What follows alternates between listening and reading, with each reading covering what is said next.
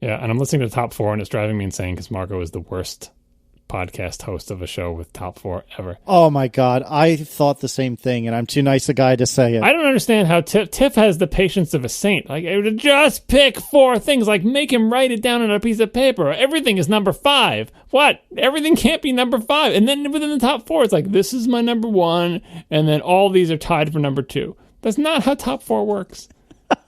The show is and I like the fact that at the end of the episode you admitted it and like explained like I realized it, but I'm not able to even follow this simple formula. And Tiff is like, she's fine with it.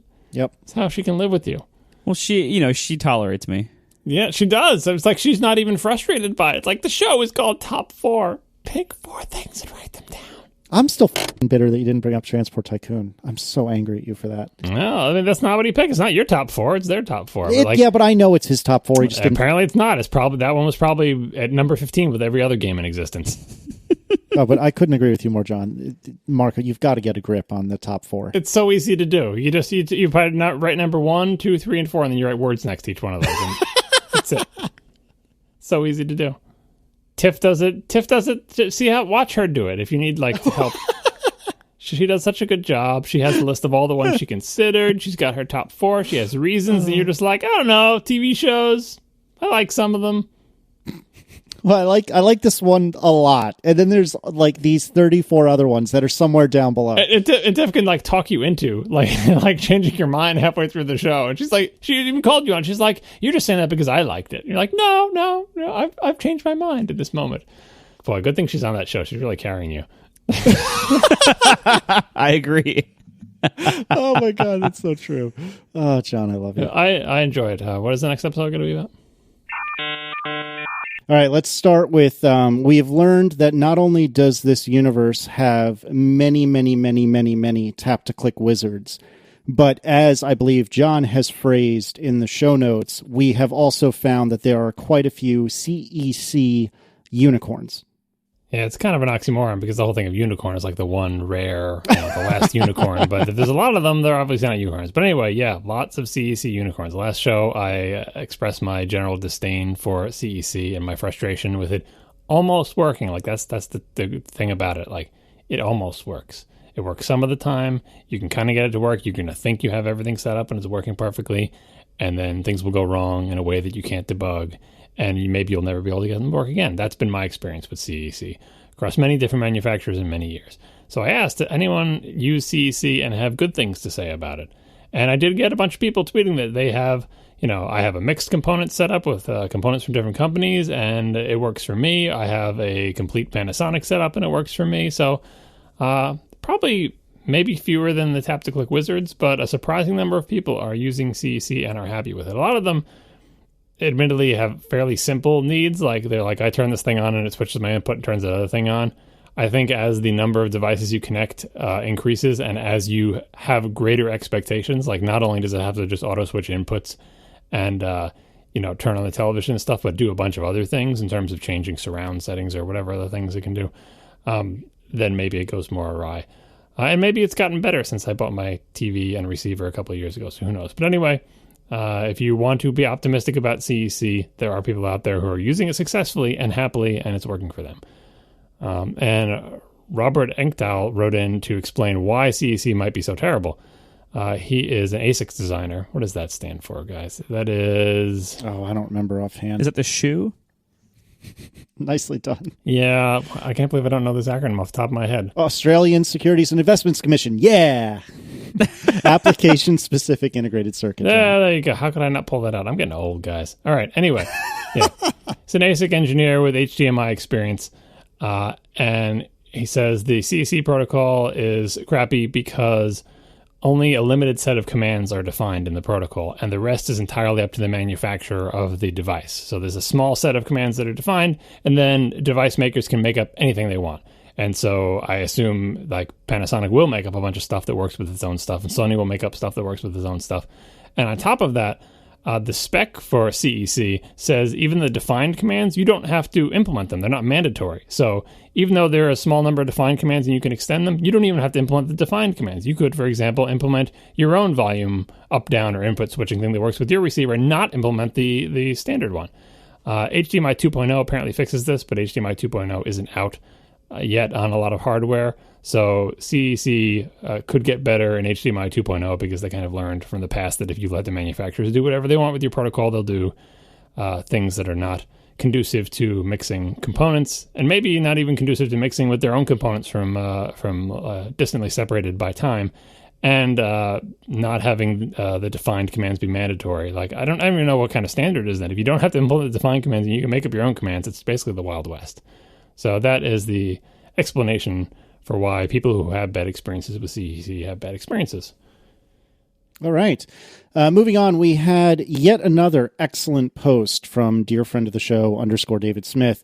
My favorite David Smith blog posts are when he goes spelunking into data that he has gathered or can discover and figure out little tidbits or perhaps confirm little tidbits that people theorize or maybe don't even realize is true.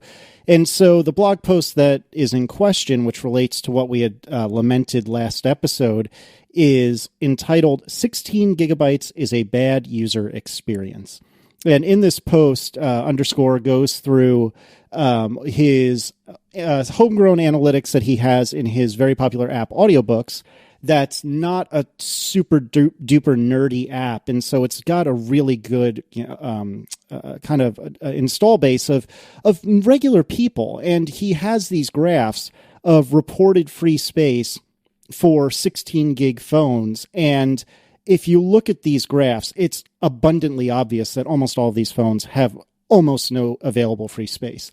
And that just doesn't seem good. So was it John that pulled out a couple of these choice quotes? Would you like to go over them? Yeah. So the first thing is, like Casey said, these are just the customers of one application, but it's not a super nerdy application. But anyway, this is the premise of the discussion is this is just among people who bought this one app from this one developer. We're hoping it's representative, and this is the best data we have. It seems like it could be representative. If anything, it might skew more nerdy. I don't know. Anyway, this is among iPhone 6 and 6 Plus customers only. 43% of iPhone 6 and 6 Plus customers have 16 gig models.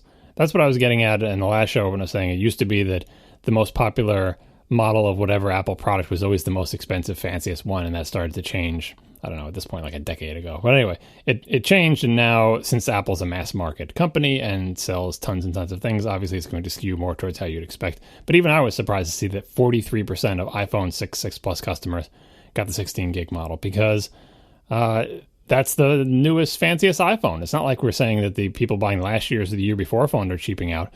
These are the people who want the new iPhone and just want it, like I said in the last show, want to find the cheapest possible way they can get it. So it's a 16 gig model.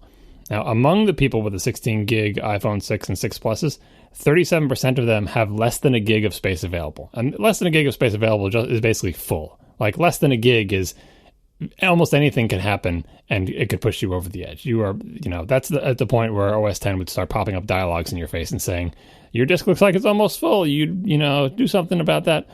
And the other theory is like, okay, well, fine, but I bet everybody fills up their phones. Well, among people who have 64 gig phones, only 1% of them have filled them to that amount. So it's not as if space, it doesn't matter. It's not like lanes on a highway where, you just make the phone bigger, people are just going to fill it. There is a certain amount of stuff that people have or are expected to encounter during the useful lifetime of the phone. And according to these stats, if you have a 64 gig phone, only 1% of the people have basically filled it. And among 16 gig phones, almost 40% have filled it. And then finally, taking these customers, the ones who have the 6 and 6 Plus, who have filled it up,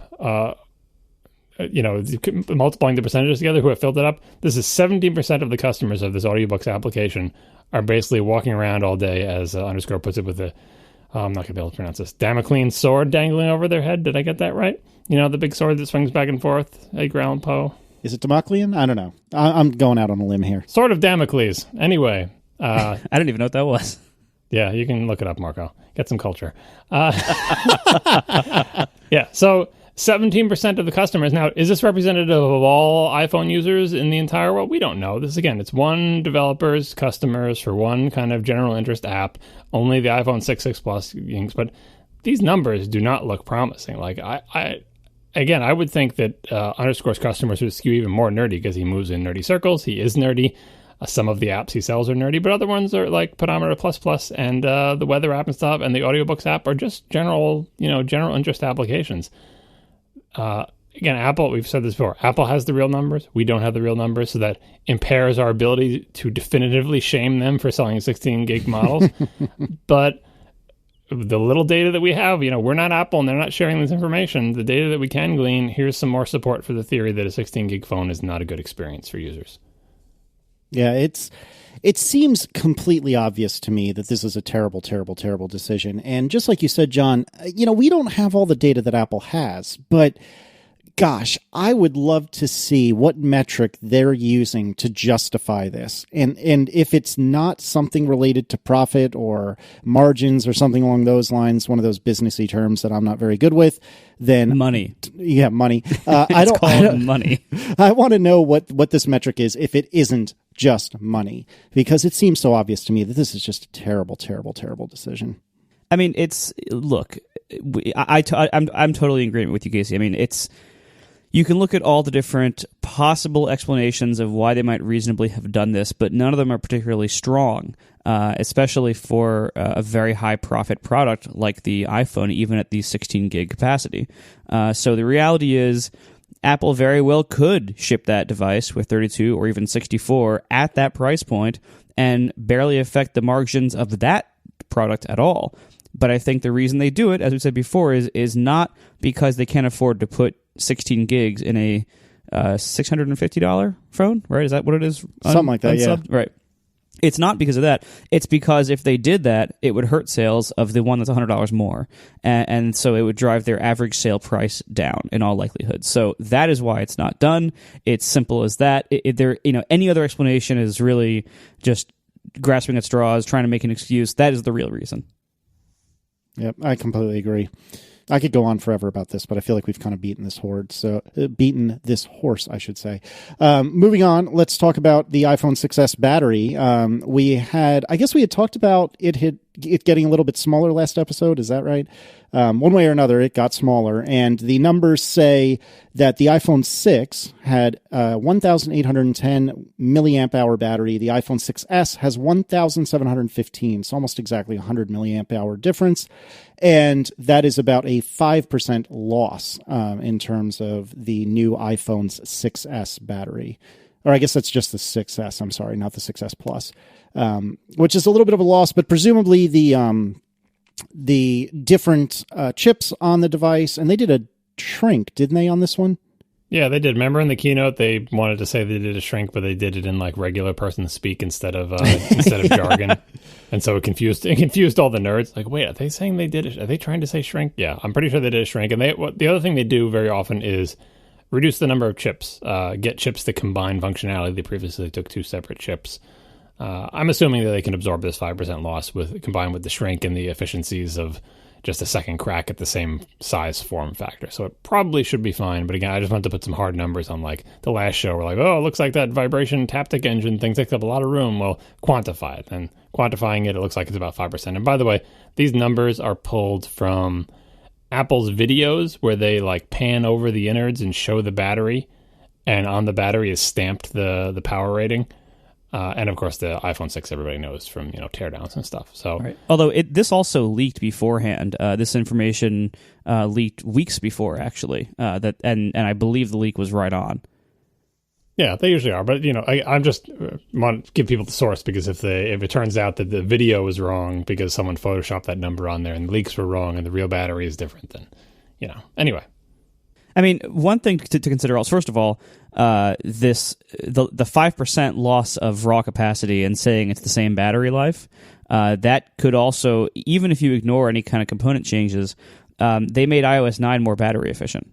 And so they can say, oh, it gets X hours just because it's a new OS. They do the same thing on the Macs with the laptops. They also, I don't know if they're including in their battery runtime estimates, if they are including the low power mode being turned on at 10% or whatever it is, 20 or 10 that it turns on. Is that automatically turn on? It prompts you to turn it on, and so. But I'm guessing if you want to fudge a number a little bit and really optimize your number, they would probably do that, and they could argue that that's fair because most people would do that anyway. So it could be including those things where it wasn't before. So keep that in mind when you read the official estimates. We'll see what happens in practice. I am still very skeptical. Oh man, I just went to XOXO and I took the 6 Plus with me, and I've been using the 6 all year except for when I took another trip or another series of trips. But I went back to the 6 Plus for this trip for battery life primarily, and wow, it is glorious. And then going back to the 6 after a week of the 6 Plus again, oh my god, it's so bad. I wish they would meaningfully improve the battery life, but it's very clear that they think this is good enough, and I don't, and so we just disagree on that. I will say one thing though, that on this battery topic, we've talked in the past about how the reason the phone might be this skinny and light and have a mediocre battery life is, John, I believe what you termed the naked robotic core theory, which is that the ideal phone is this really tiny thing that is so small that you can put it in a case if you want some other ability, whether it's more durability, more battery life, whatever cases can offer. You can put it in a case to fix its shortcomings of being small. And then if you want a really small phone, you can just carry the naked phone. And so I looked after this trip over the last few days. I've been trying to research iPhone battery cases. And I had one in the past, and it was so big and clunky, I never really used it. And it doesn't fit my current phone now. But I looked to see what's out there today, and they're just so terrible. And I feel like one of the biggest arguments against the naked robotic core theory is just how bad all the other cases are. Like, if you want to give this phone 50% more battery life, you have to add so much bulk and so much size, way more than if they would have just built it in to begin with. Plus, it's this big, plastic thing with some stupid logo on the back that's so ugly and tacky that no one's heard of from some case company. Who cares, right? You have to carry on this stupid logo, and then you have this. Then you have this giant plug on the bottom. The phone has to be extended by a half inch just to have room for this plug, and it's the bulkiest, most terrible decision ever. And so this is, I think, a huge strike against the naked robotic core theory is that by doing that, by going that direction, and by let's say you want more battery, okay, buy a battery case. That argument falls apart when all the battery cases are varying degrees of terrible. So I generally agree with you. I do have a Lenmar battery case, which I'll put the link in the show notes for what I have. And I use it only when I know that I'm going to need some extra juice, which is almost never. The only time I typically use it is at WWDC and when I go to football games when my phone is just desperately melting its own battery trying to search for service. And it is exactly as you describe. It is enormous. It is bulky. It was not cheap. I don't remember how much it was. It was cheaper than the Mophie was at the time. And I chose it for more than just frugality. I forget why else I chose it. Maybe the battery was a little bit bigger. It adds a crap load of bulk to a phone that I still think is a little bit big for my taste. But that being said, just today I got an email from Mophie where they have announced a new juice pack, which is their line of batteries called the Juice Pack Reserve. And we'll put that link in the show notes, and I've just put it in the chat room. This one is a very, very, very slimline battery that does not look to add very much bulk at all. In fact, in the email, which I don't have in front of me, they had, oh, here it is down on the same page. They show that without the juice pack, it's 6.86 millimeters, and with this Juice Pack Reserve, it is 14.79 millimeters, whereas with a average, as they say it, or typical, as they say, a protective case, it would be 15 millimeters. So in other words, it is no thicker than a normal case you would put on your phone by whatever they define normal. This actually looks extremely appealing to me, and I would absolutely buy one if it wasn't for the fact that I already have a case. So this might be the exception that proves the rule. Generally speaking, though, I think you hit the nail on the head. They are all terrible and huge and bulky and annoying. They're just terrible and huge to people like us, though. Forget battery cases. Just think cases. We all see people with cases on their phones that we consider hideous and huge and ridiculous. I've seen people with non-battery cases that are bigger than any battery case that I've seen, that are colored like the rainbow, that might as well have fins and wedges poking out of them, and people love them. So there's no accounting for taste, right? So set that aside. The other thing I would say is that, every time this comes up, I say it, there's a place in Apple's line for a phone that is thicker and has more battery life that is not the 6 Plus. They don't currently make that, but if they keep diversifying, maybe eventually they will. And that would satisfy Marco's need for a Johnny Ived designed, hopefully non-Teflon coated, nice looking phone where he doesn't have to deal with someone else's thing slapping onto it. He doesn't have to deal with it extending the ports. He doesn't have to deal with a different logo and all the things that he finds distasteful about it. But I would say that people like him and people like me are in the vast minority based on what I see out in the world of how much people love their super ugly, like wallet, credit card, card jack combined, whatever, like bottle opener iPhone cases that people have on there. Like, seriously, I of all the problems that, I would think that people consider that a feature. Like, that is the one thing that the Naked Robotic Core allows people to exercise their different tastes, let's say. You can exercise your taste with a sticker. Oh, please don't encourage stickers. Besides, they'll probably like melt to the thing because it gets so warm, as you noted when you used it without a case, right? Yes. Yeah, I think I've turned into a case person with the 6 simply because, and I just use the Apple leather case because it's really slim and feels very good. I always like the feel of leather. Title. Even that, like because the 6 is just such a bad phone to hold, and I've heard rumblings that the new phone is significantly grippier, but I have my doubts that, just because of the shape, like it's the same shape. And the 6 is a problem for two main reasons. One is the shape, one is the slickness of the metal. And so even if they've made the slickness of the metal better, the shape is such that it's still probably going to be very hard to hold. You tell me you didn't get to hold one at XOXO? You don't have to say who let you hold it. Our first sponsor is Squarespace. Squarespace is the all-in-one platform that makes it fast and easy to create your own professional website, portfolio, or online store. For a free trial and 10% off, visit squarespace.com and enter offer code ATP at checkout. Now, Squarespace, as you all know, is simple and powerful with intuitive and easy-to-use tools. Everything on Squarespace is beautifully designed. Your site, the Squarespace site itself, everything is beautifully designed so that your site can look professional regardless of your skill level with no coding required. All the sites have responsive design, so it scales to look great on every device. And every site even includes optional commerce functionality. If you want to make a store, you want to sell something, you want to, digital or physical goods, you want to sell t-shirts or you want to sell ebooks or whatever, you can sell stuff right there on Squarespace with built-in commerce with no additional charge.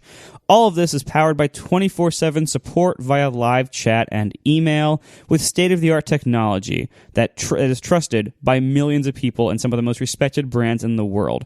This ensures that your site stays up and is secure. You don't have to worry about getting hacked. You don't have to worry about going down. Your site stays up and your site is secure. All of this starts at only $8 a month. And if you sign up for a whole year up front, you get a free domain name with that. Now, look, many of the listeners of this show, myself included, are programmers, or we already know how to use some open source CMS that we could self-host. I've done that. You've probably done that. We've all tried to host or make a CMS. Now, the reality is there's a lot of times when making your own or running your own is really just not the best idea. There's something else that your time is better spent on. Anything else that your time is better spent on. Squarespace is not only for people that we know that, or maybe you're one of these people, but it's not only for people who don't know how to make websites themselves. It's also for people like us who we can make our own websites other ways if we want to, but it probably is not a good use of our time. Or somebody else in our life needs this, and rather than having us build something from scratch, we can tell them to go to Squarespace, and then Squarespace will host it, they'll support it, and all of our friends and family won't have to bug us whenever they want to update their website. So check it out. Go to squarespace.com, enter offer code ATP at checkout. You can start a free trial with no credit card required. Once again, when you decide to sign up, use offer code ATP for 10% off your first purchase. Squarespace, build it beautiful. So before we get off this topic, one thing I meant to bring up earlier was the idea of an Apple-branded battery case. Apple has been making, seems like, more and more accessories lately. That, there's, third-party everything, but there's also first-party a lot of stuff. They brought the dock back recently. The new one, I think, even has a headphone port on the back of it. And you can get it in pink. Rose gold. It's so pink. Just own it. Just say it. It's pink. I haven't seen them in person yet. I assume it's pink in the same way that the gold one is gold, and the answer is like barely. But anyway, no. It's really pink. Yeah, so I haven't seen the phone, but I did go to the Apple Store Sunday. Oh, I should do this quick. Well, I'll get to that in a second. Anyway, I went to the Apple Store Sunday, saw the watch, the rose gold watch. It was pink. It was not rose gold. It was pink. It's very much pink. I mean, it does look like it's roughly the same saturation as the gold, but it is, unquestionably, unashamedly pink. And I don't know why they don't just call it pink. You would never look at this color and say that's rose gold. No, it's pink, and pink is great. I don't know why you wouldn't just own that. Yeah, I think it looks good. I really honestly do. So I agree with you. Anyway, I'm sorry. We totally hijacked your thought here, John. Yeah, I don't remember where I was in my thought. I think what I was getting at was, Apple making battery cases. Apple makes a bunch of stuff. They make leather cases. They don't just make even one case anymore. They make a leather case. They have the silicone case. They have those weird things with the holes in them on the back of the old iPod Touches. They have the docks. They have, why wouldn't they make a battery case eventually? And if they did, like, the idea would be like, well, if Apple made one, Marco would like it. But based on the accessories that they've made lately, I don't think that's guaranteed.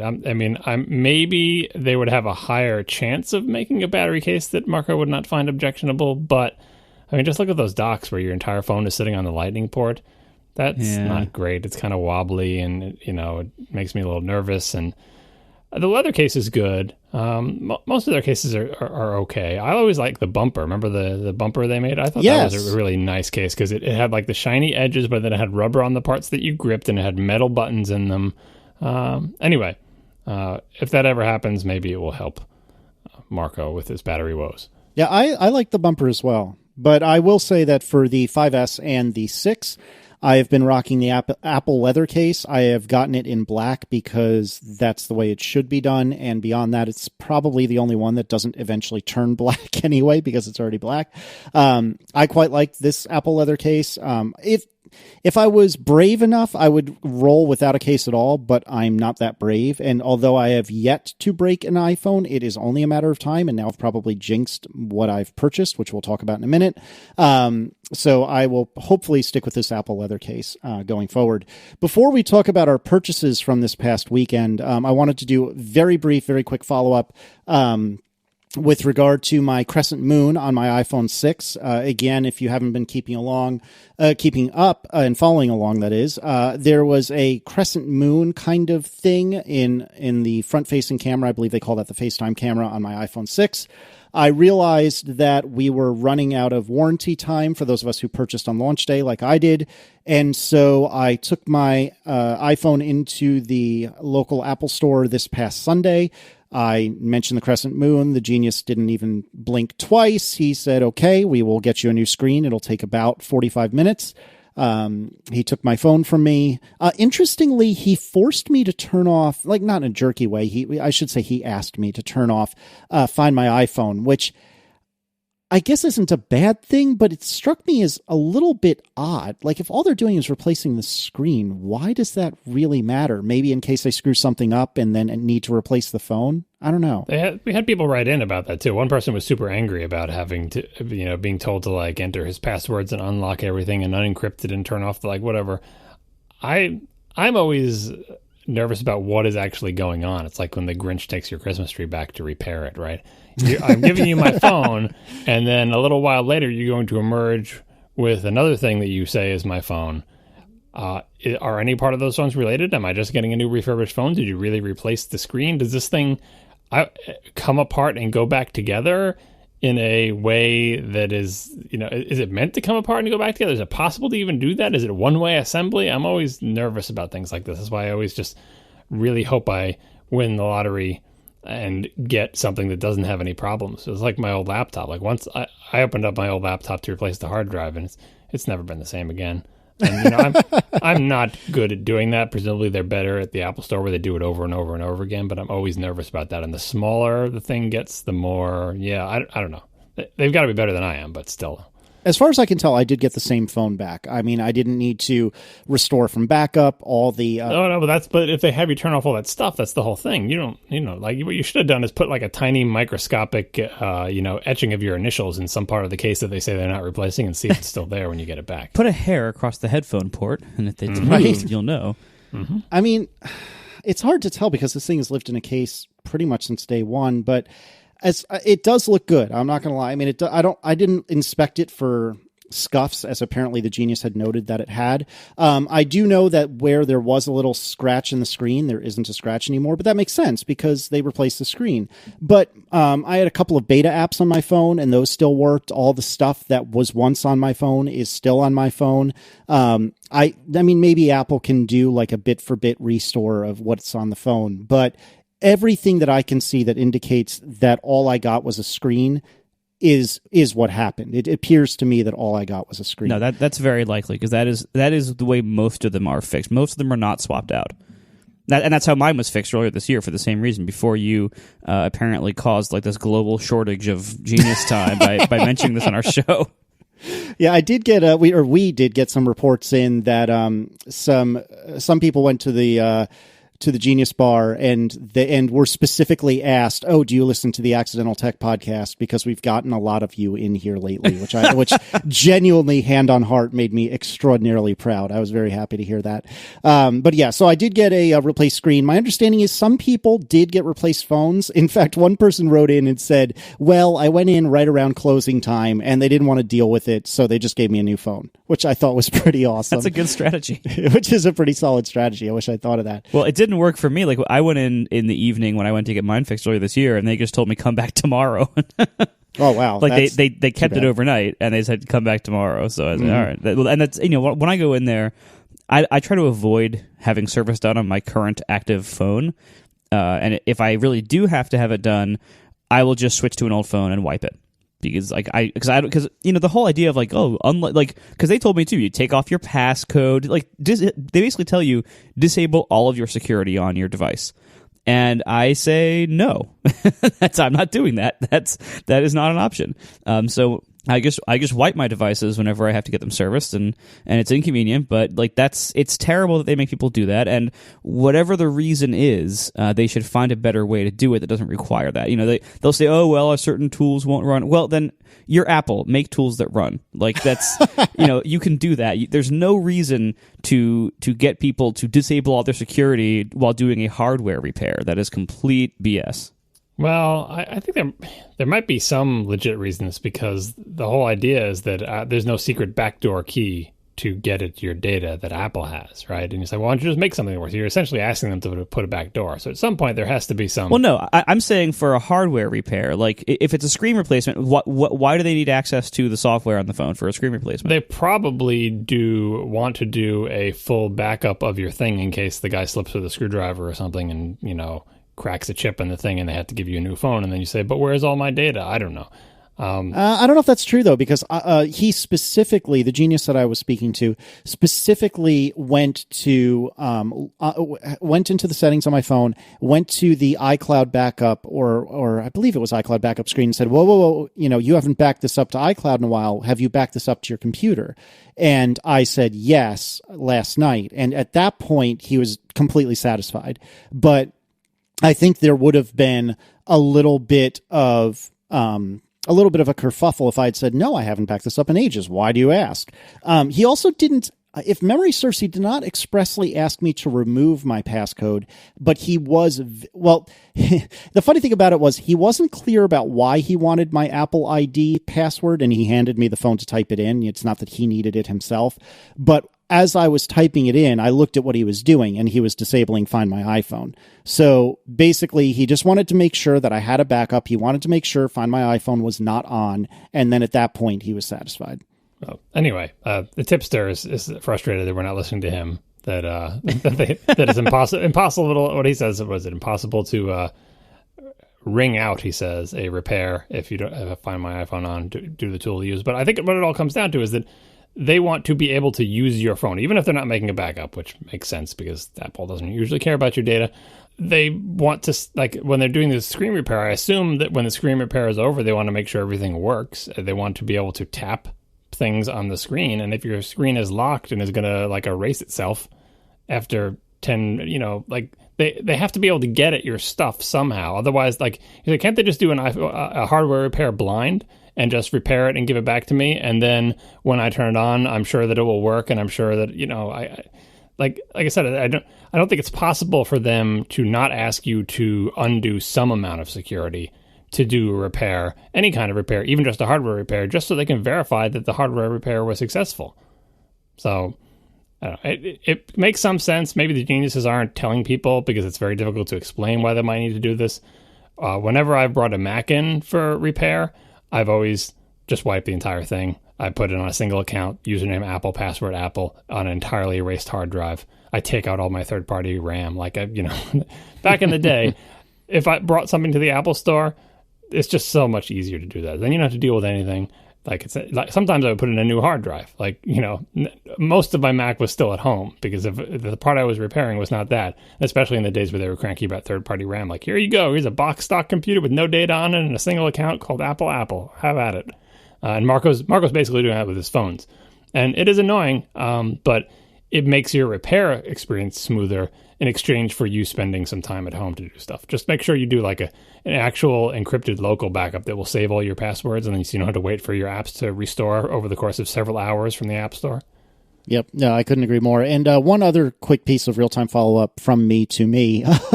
It occurred to me that one of the reasons I knew that I did not get a different phone was because my Touch ID was still working exactly as it was when I got my phone back. And if the secure element is really secure, then that means I must have gotten the same phone back just with a new screen. Our next sponsor is lynda.com. lynda.com. Go to lynda.com/ATP to see for yourself. Lynda.com is an easy and affordable way to help you learn. With high-quality, easy-to-follow video tutorials. Instantly stream thousands of courses created by experts on software, web development, graphic design, and more. Lynda.com has fresh new courses added daily. They work directly with industry experts and software companies to provide timely training, often the same day new versions or releases hit the market, like iOS 9, so you're always up to speed. Lynda.com offers courses for all experience levels, whether you're beginner or advanced, and every Lynda.com course is produced at the highest quality. This is not like inconsistent homemade videos on YouTube. It's very hard to find good quality stuff there. Lynda.com courses are broken into bite-sized pieces so you can learn at your own pace, you can learn from start to finish, or you can just jump in and find a quick answer. Now, part of the quality here is that these include very high production, including things like transcripts that are totally searchable, so you can jump around to find exactly the part you need within a video, right, using the transcript on the side, which scrolls as you view the video. It is really cool. There's also playlists. There's even certificates of course completion, which you can publish to a LinkedIn profile. You can even learn while you're on the go with the lynda.com apps for iPhone, iPad, and Android. They even have a premium membership if you want that will offer downloads of offline viewing for those mobile apps, as well as sample project files. Now, my favorite thing about lynda.com is that you can watch anything you want with no pressure or commitment because you don't pay per video. You get one low monthly price, $25 a month, and that gives you unlimited access to all over 100,000 of their video tutorials. This is great if you just want to learn, a little thing here, a little thing there, or if you want to learn on multiple different topics, or you just don't want to commit, to say, well, do I want to buy each video pack separately for each thing? No, $25 a month for flat rate, unlimited access to all of their video tutorials. Now, they have all sorts of courses you might love. This includes things like app development, web development in many languages, to things like productivity apps, brush up on your office skills, Creative Pro apps like Adobe's Creative Suite, Logic and Final Cut if you want to learn how to produce podcasts or videos, even professional skills like management and negotiation skills. So lynda.com, this is a great service. They're so useful that 30% of colleges and universities, including most of the Ivy League schools, offer subscriptions to their students and faculty members. That's how good this is. Lynda.com is offering a 10-day free trial. Access all courses for free. Watch as much as you want for 10 days.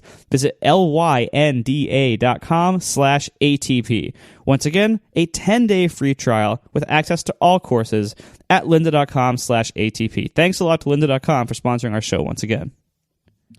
So we should recap what we bought this past weekend. I, for one, am in for two phones.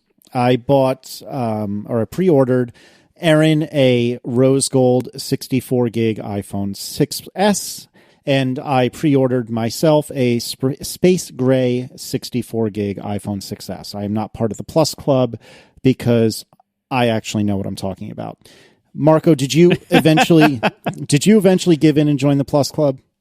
one of the reasons I brought the 6 Plus to XOXO was that the pre-orders were going to open up about in the middle of my trip, and so I figured I'd give it, because I was on the fence, I'd give it one more time to see, because I really was undecided, because I really, as I said, I really have not been happy with the 6 battery life, and I really do appreciate the larger screen during many of the things I do of the 6 Plus. So I was really on the fence. However, so I moved all my stuff over the night before I left. Moved all my stuff over and started using the phone. And literally within 20 minutes, I was like, "Nope, I'm not buying this one." Attaboy. So Mike was wrong.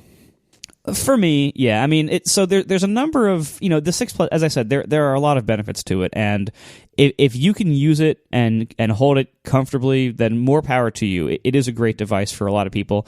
What didn't do it for me is two things. Number one, and it's not how big it feels in the hand. I got used to that last time. It's fine. What it is for me is the size in the pocket, which is a big deal. And if you I'm not a phone on the table kind of person.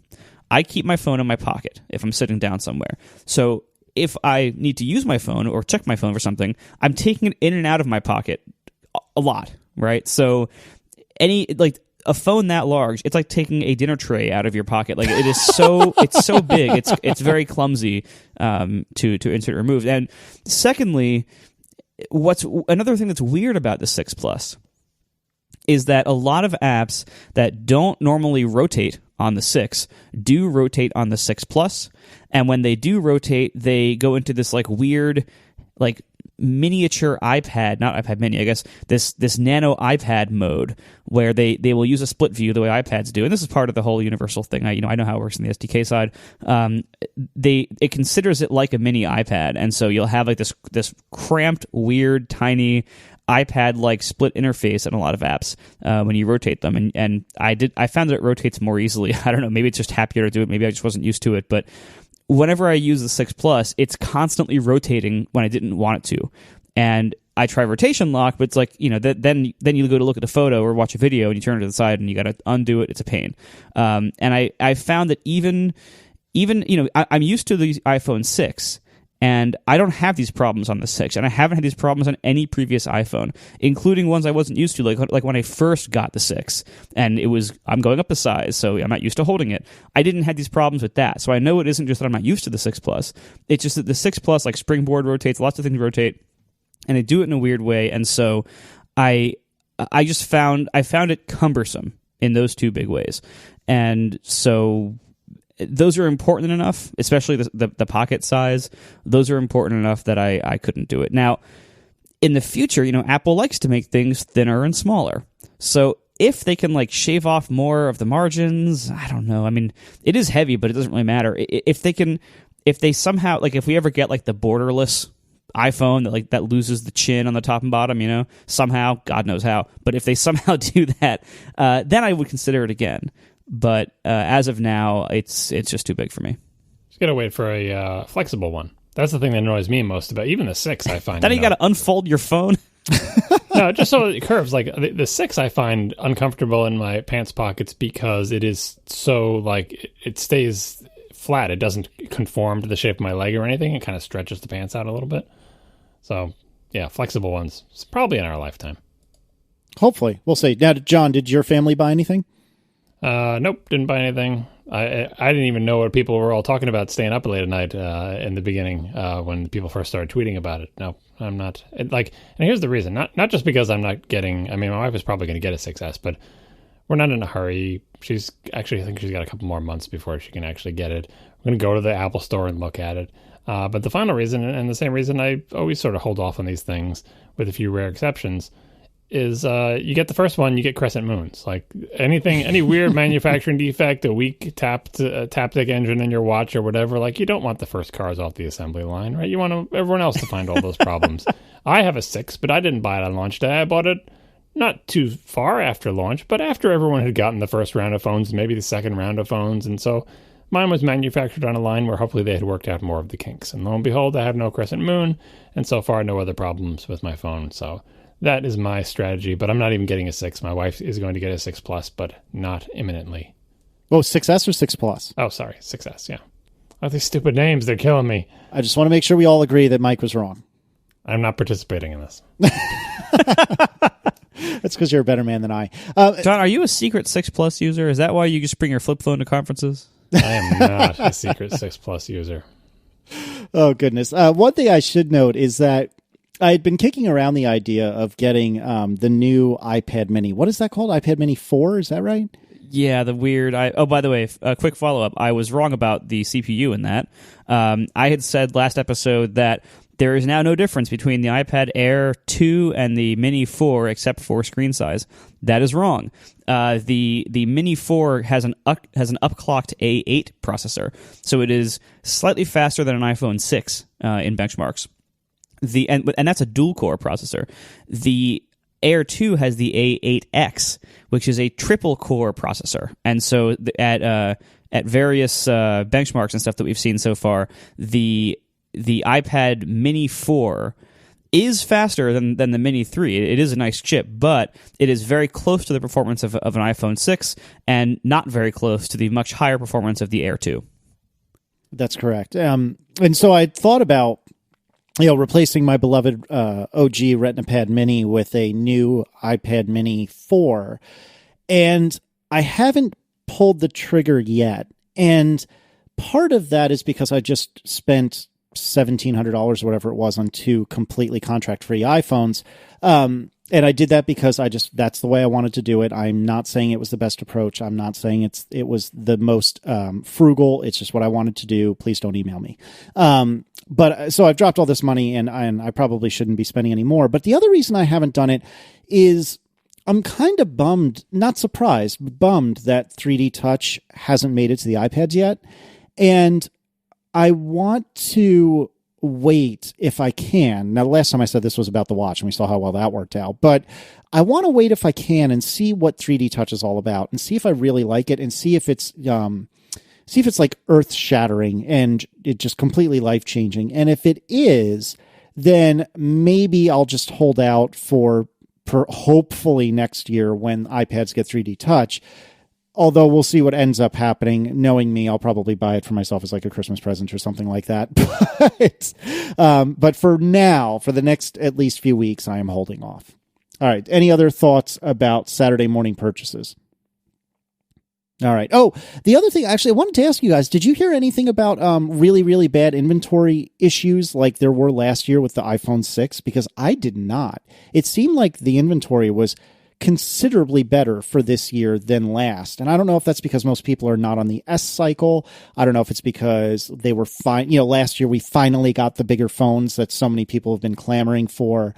But I did not hear any big grumbling about, I really wanted the blah, but it was sold out by the time I got through. Did you guys hear anything?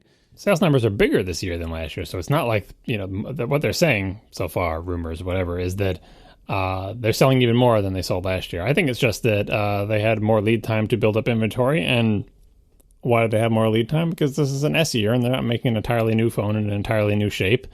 So that's, if they're going to have a year where they have more inventory, it's going to be an S year, I would imagine, because they're kind of used to making phones like this, and they know what they're doing, and the scheduling just worked out. Yeah, I heard the same thing, although some people were saying that if you went to a particular carrier's website, a lot of those had really crappy dates for like when you were going to get your phone.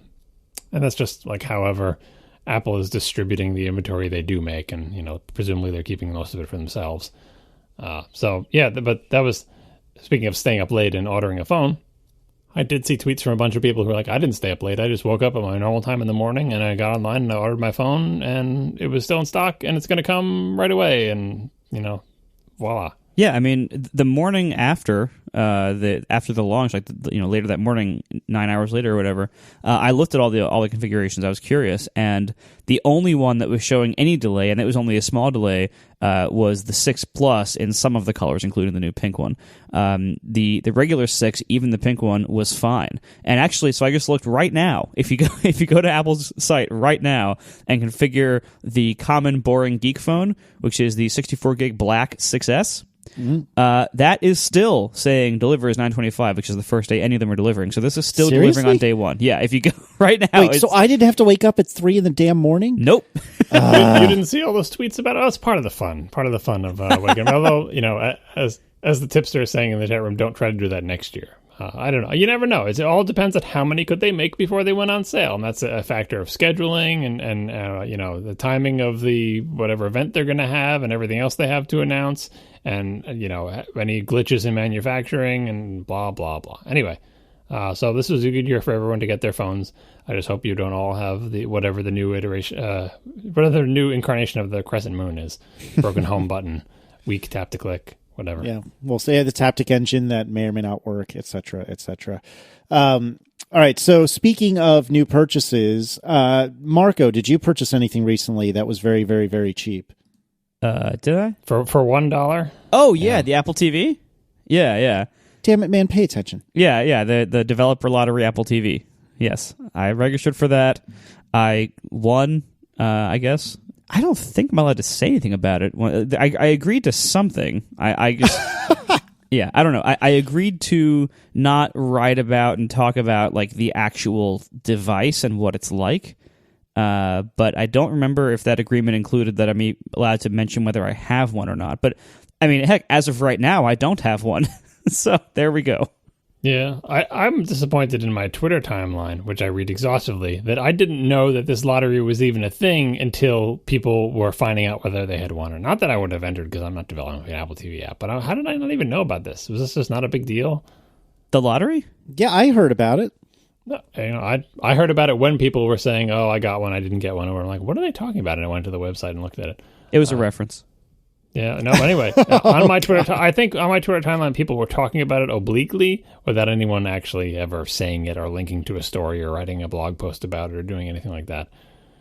So anyway, a bunch of people, who was it that had I saw some number thrown out there for how many they gave away. Anyway, they gave away a bunch of Apple TVs. I saw some people speculating that these were originally going to be WWDC style, look under your seat, free gifts for every attendee to WWDC. But then, of course, Apple TV wasn't launched at WWDC. That would have been cool.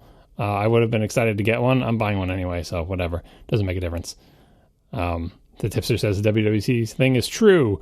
I think I saw someone posting pictures of the packaging, and it was all fancy packaging with like inspirational words, all of which fits with the rumor of these were meant to be gifts for developers at WWDC, which is kind of out of character for Apple because I can't, since the Apology Mouse, don't think they've given away any significant hardware at any of their events. That's totally a Google thing to do. And lots of other conferences, like I think when you went to Build one year, they gave everyone Xbox Ones and they give them Surfaces and Android phones and all sorts of stuff like that. Everyone loves free hardware, Apple. So get with the program. Maybe next year. No, I mean, it's the kind of thing like giving a bunch of developers, I mean, the rumor that we heard is that there were tens of thousands of these given out. Giving a bunch of developers early access to hardware that they're very excited to develop for that has a really, apparently, I haven't looked at it yet, but everyone's saying it's a very easy SDK because it is really very close to iOS. I mean, it is iOS basically, and just like with certain frameworks not available and certain new frameworks, but very, very close to iOS. So giving a whole bunch of developers who are excited about this early access and making them feel special and letting them make their apps on a real device before it's available to the public, that is really valuable to get the app story started. And maybe they learned from the watch, with the watch, the app story with the watch early on, and honestly still is pretty weak. And a lot of that was because of just limitations of watchOS 1 and limitations of WatchKit, but a lot of that was also because the developers, for the most part, didn't have early access. A few did, but most didn't have early access to the hardware. So this I think is pretty cool. I think it's a smart move. It's a kind of move that you're right. Like we wouldn't have expected this from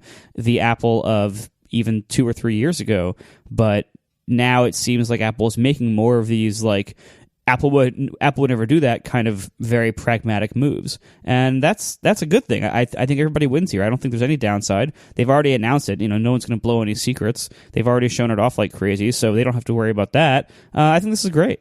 So it's also the cheapest platform they sell. Like if they're going to give you a device, like if you have to pick one to give, even the watch is more expensive. Like this is what, 150 for the small one, and there's no watch at 150, and like the free phones don't count because of plans and subsidies or whatever. So yeah, if you're going to give something away, start with this one. And people. Here's the thing about like, I think people were excited to make watch apps, and it seemed like for the TV, people were excited for other people to make TV apps. Like, I think there's, I would like there to be apps for the TV, but there's not a straight line from people who develop either watch, Mac, or iOS apps to say, and you could do it on a TV. It's like, well, it's not a touch screen, it's not a mouse, it's not a keyboard. If I don't have video content to show, I'm not quite sure what I'll make. But if you give them free hardware, they're like, you know what, let me try thinking of something.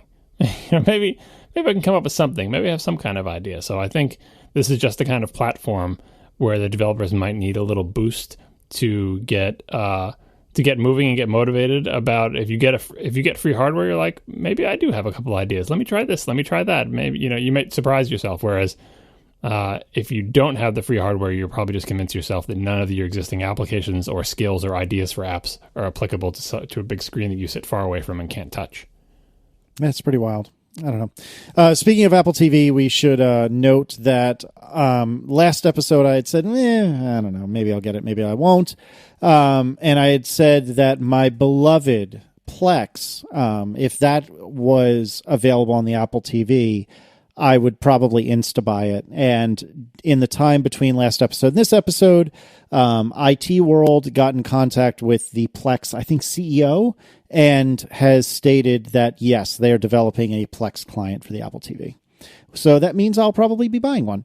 Why don't you tell us about clicks versus taps, John? Yeah, you skipped that one. You noticed that, huh? Mm-hmm. Uh-huh.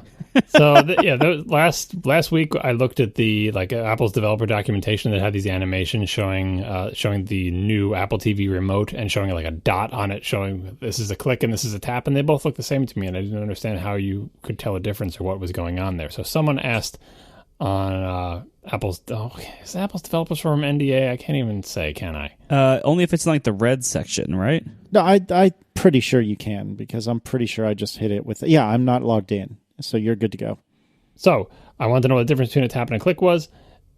In Apple's developer forums, the URL that we'll put in the show notes, someone asked the very same question, and someone with a little Apple logo underneath their name said that a click is when a user physically clicks down on the trackpad, causing a select event, and then I guess a tap is just tapping. So what it sounds to me like is that the touchpad at the end of the remote moves in some way, like physically moves. And makes a click, as opposed to just tapping on the touch surface. And again, none of us have this device yet. And when Marco gets it, he probably can't talk about it. Nope. So we'll all find out. We'll find out when mine ships, because I'm ordering that day one. Basically, I'm going to accept whatever the equivalent of the crescent moon is for the Apple TV hardware, because it's cheap and whatever. I don't care. But it seems like it's actually a physical button, and I still don't quite understand how that will work based on the pictures of the remote. What part of it moves? How does it move down? How far does it move? Is there a hinge? Does it just bend? I don't know. All these questions will be answered when we get it into our little hands, but it was interesting to see an actual response from an Apple person about this. Excellent. All right. Let's see. What else do we have to talk about? We already talked about Plex. Do you want to tell us about 24p on the Apple TV? This is, I think, from the exact same Apple person in the Apple forums. Someone asked a question, said, will the new Apple TV actually output 24p video? And so 24p is a lot of movies, old movies and new movies, are shot at 24 frames per second. 24p is a video mode where it sends 24p is for progressively scanned frames of video, just one frame, another frame, another frame, another frame, 24 of those every second.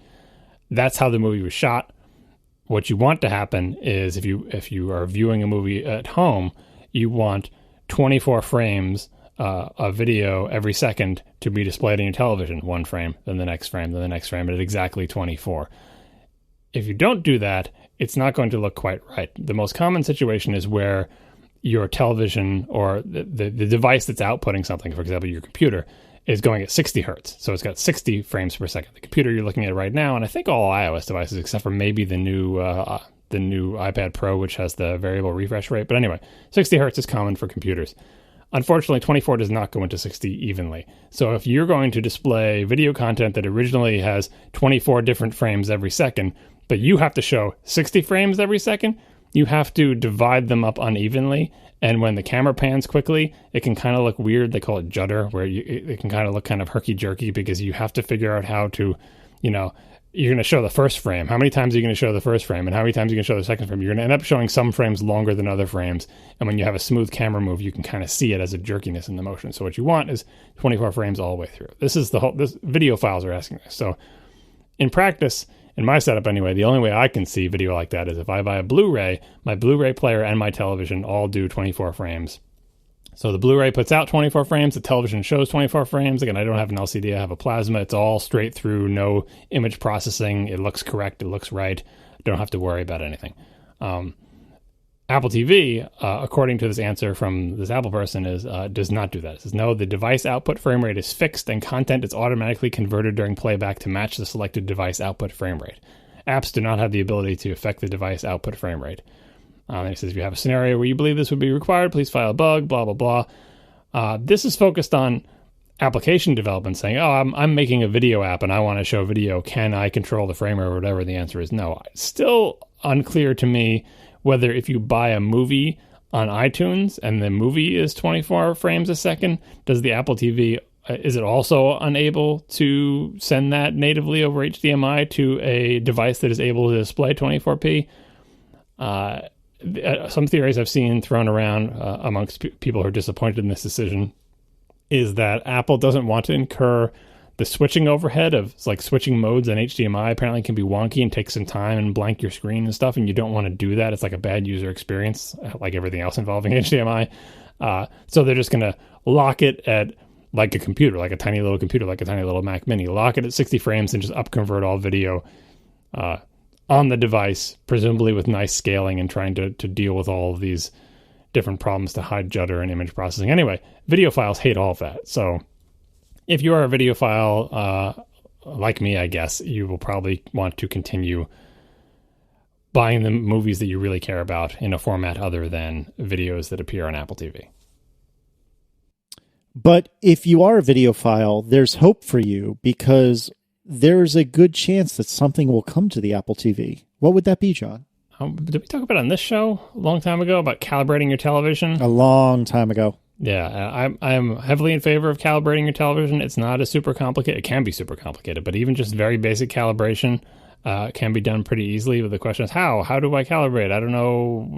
I just look at my television. I can't tell what looks right. Well, they sell iOS applications that can help you calibrate your television. There's also Blu-ray discs that help you calibrate them. It used to be that every THX DVD came with the calibration thing. Maybe, a TiVo comes with a calibration thing built into the thing.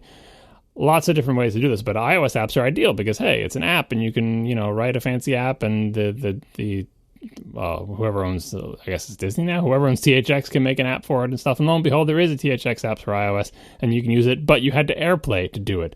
And I always worried about that because what you're really calibrating is how AirPlay video looks. Like, well, maybe I calibrate my TV, but then when I play things off my Blu-ray player through a different input, is that calibration still valid? But with an Apple TV, the Apple TV, if that's where you're watching your video, the apps can be right on the Apple TV. You're not AirPlaying this weird MPEG-4 compressed stream or whatever. It can be right on the Apple TV, so I'm excited about the prospect of native Apple TV. I'm the only person who's excited about calibration apps for the Apple TV, but it's perfect. Like, it is perfect for the Apple TV because it's not, it doesn't help you with your Blu-ray player, but it does make you sure that what you're calibrating is the exact thing that you're going to watch movies on, which is, if you have a bunch of iTunes movies on your Apple TV. Of course, the people who would be most into calibration are also now crushed that it doesn't do 24p. So I'm not sure if it's really the HDMI switching issue. I'm not sure Apple will ever fix that because I've seen that, when your TV screen goes blank or goes gray or does this little glitchy fuzz, it's terrible. I would never want the Apple TV to do that. So I'm actually kind of in favor of this cheap little $150 box never doing that and just, putting out everything at 60 frames per second and let the audiophiles buy their Blu-ray players and we'll get along fine. Fair enough. What iOS games support MFI controllers, John? I don't know, but we got a list and we'll put it in the show notes. I think someone was saying that the list was only like 16 games. So that seems way small to me. I'm sure there's a huge number of games that support it because it's been around since iOS 7. This was offered up as the potential base for games that could go to the Apple TV, but that's not really true because these games probably also have like a touch control, and they're not going to have a touch equivalent. That gets to our next follow-up item, which is if you have a game that works with a controller and also works with touch controls, can you just bring that right over to Apple TV? Well, the controller port you can bring right over because I don't think they've changed anything involving the controllers there. But the touch part, obviously, you can't bring over. And you say, well, that's fine. I will just bring over the game and say it requires a controller to play.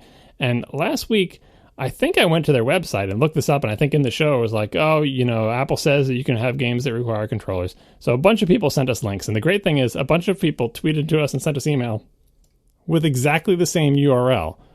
Some people saying, Apple says that you can make Apple TV apps that require a controller.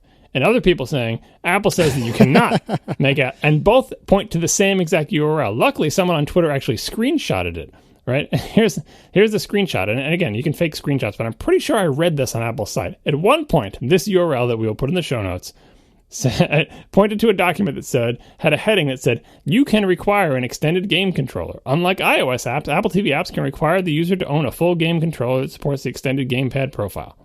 Right? But requiring a full game controller is highly discouraged when you restrict blah, blah, blah, right? But bottom line is you can require an extended controller. But the current version of that page says exactly the opposite. Your game must support the Apple TV remote. Your game may not require the use of a controller. So going by like the, last one wins rule, although I should probably click on this link now to see what it actually says. I'm pretty sure that despite the waffling in the first day or two after the Apple TV was announced, right now it says your game may not require the use of a controller. And that spawned a whole bunch of stories on tech websites about everyone going crazy about how Apple doesn't understand gaming, and if you can't require a controller, you're not going to be able to play insert my favorite genre of game here. And all of that is true. I think this rule is in keeping with how Apple has positioned all of its devices with respect to gaming. It seems kind of dumb to me, but on the other hand, like, was it the case that the next Call of Duty was going to come for Apple TV if only Apple changes one rule? Nope, it was never coming. Like, it was not. This is not the thing that's keeping it. It's kind of silly if Apple. It show what it does. People say this shows Apple doesn't understand games or isn't serious about games. What it shows is how Apple views games for its platforms. It wants games to be on its platforms. It wants a certain kind of games. The kind of game it wants you to be able to play without having to buy a controller. That's the product Apple is making. I don't think it shows a lack of understanding, because I don't think anyone in Apple is under any illusions that they are going to have the same type of games that consoles have and appeal to the same people who buy console games and love them. I think they're making a decision not to do that. And so this is in keeping with that, but it drives people who love console games crazy because they feel like, oh, you're so close. If only you got serious about games. And by get serious, they mean made games that appeal to the millions of people who buy the PlayStation 4 and the Xbox One and even the Wii U to some extent. That's not what Apple's doing. Apple is not serious about games. But one of the ideas I have in my ideas file for hypercritical.co that I never update, I think it's one of the first ideas I put in there. I think I mentioned it before. It's like Apple in games, he's just not that into you. Like Apple doesn't feel the same way about games that those of us who have game consoles and have played Mac and PC games feel about games. Like they have a different attitude towards games, and their attitude is more common in the world of people who are going to buy their products than our attitude is. And that is disappointing to a lot of people, but that is just the case. So this rule, assuming it hasn't swapped back by now, is in keeping with that. I think it will cut down on the sophistication and interest of the type of games they're going to get. It might also cut down on shovelware, and maybe that's why they're doing it. It's really interesting to see this phenomenon of Apple having public documents that are not even behind a developer account password that one day say one thing and the next day say the entire opposite about a fairly significant feature having to do with gaming on their newly launched product. It's a little out of character for them to go back and forth like that. Is it?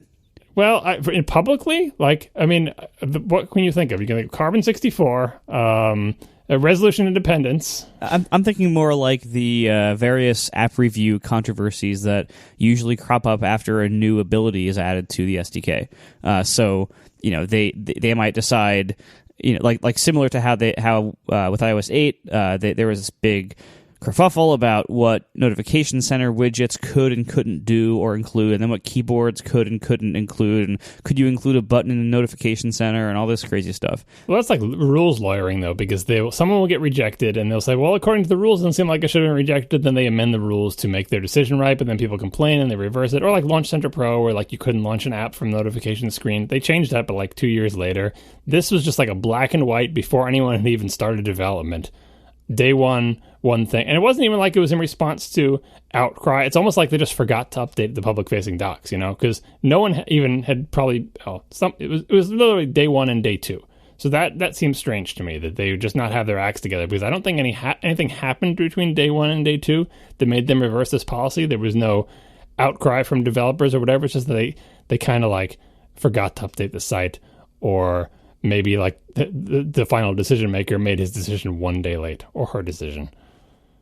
Our final sponsor this week is Automatic. Automatic is a connected car adapter that plugs into your car's diagnostic port. It pairs with your phone and it integrates with over 20 apps to give you a better driving experience.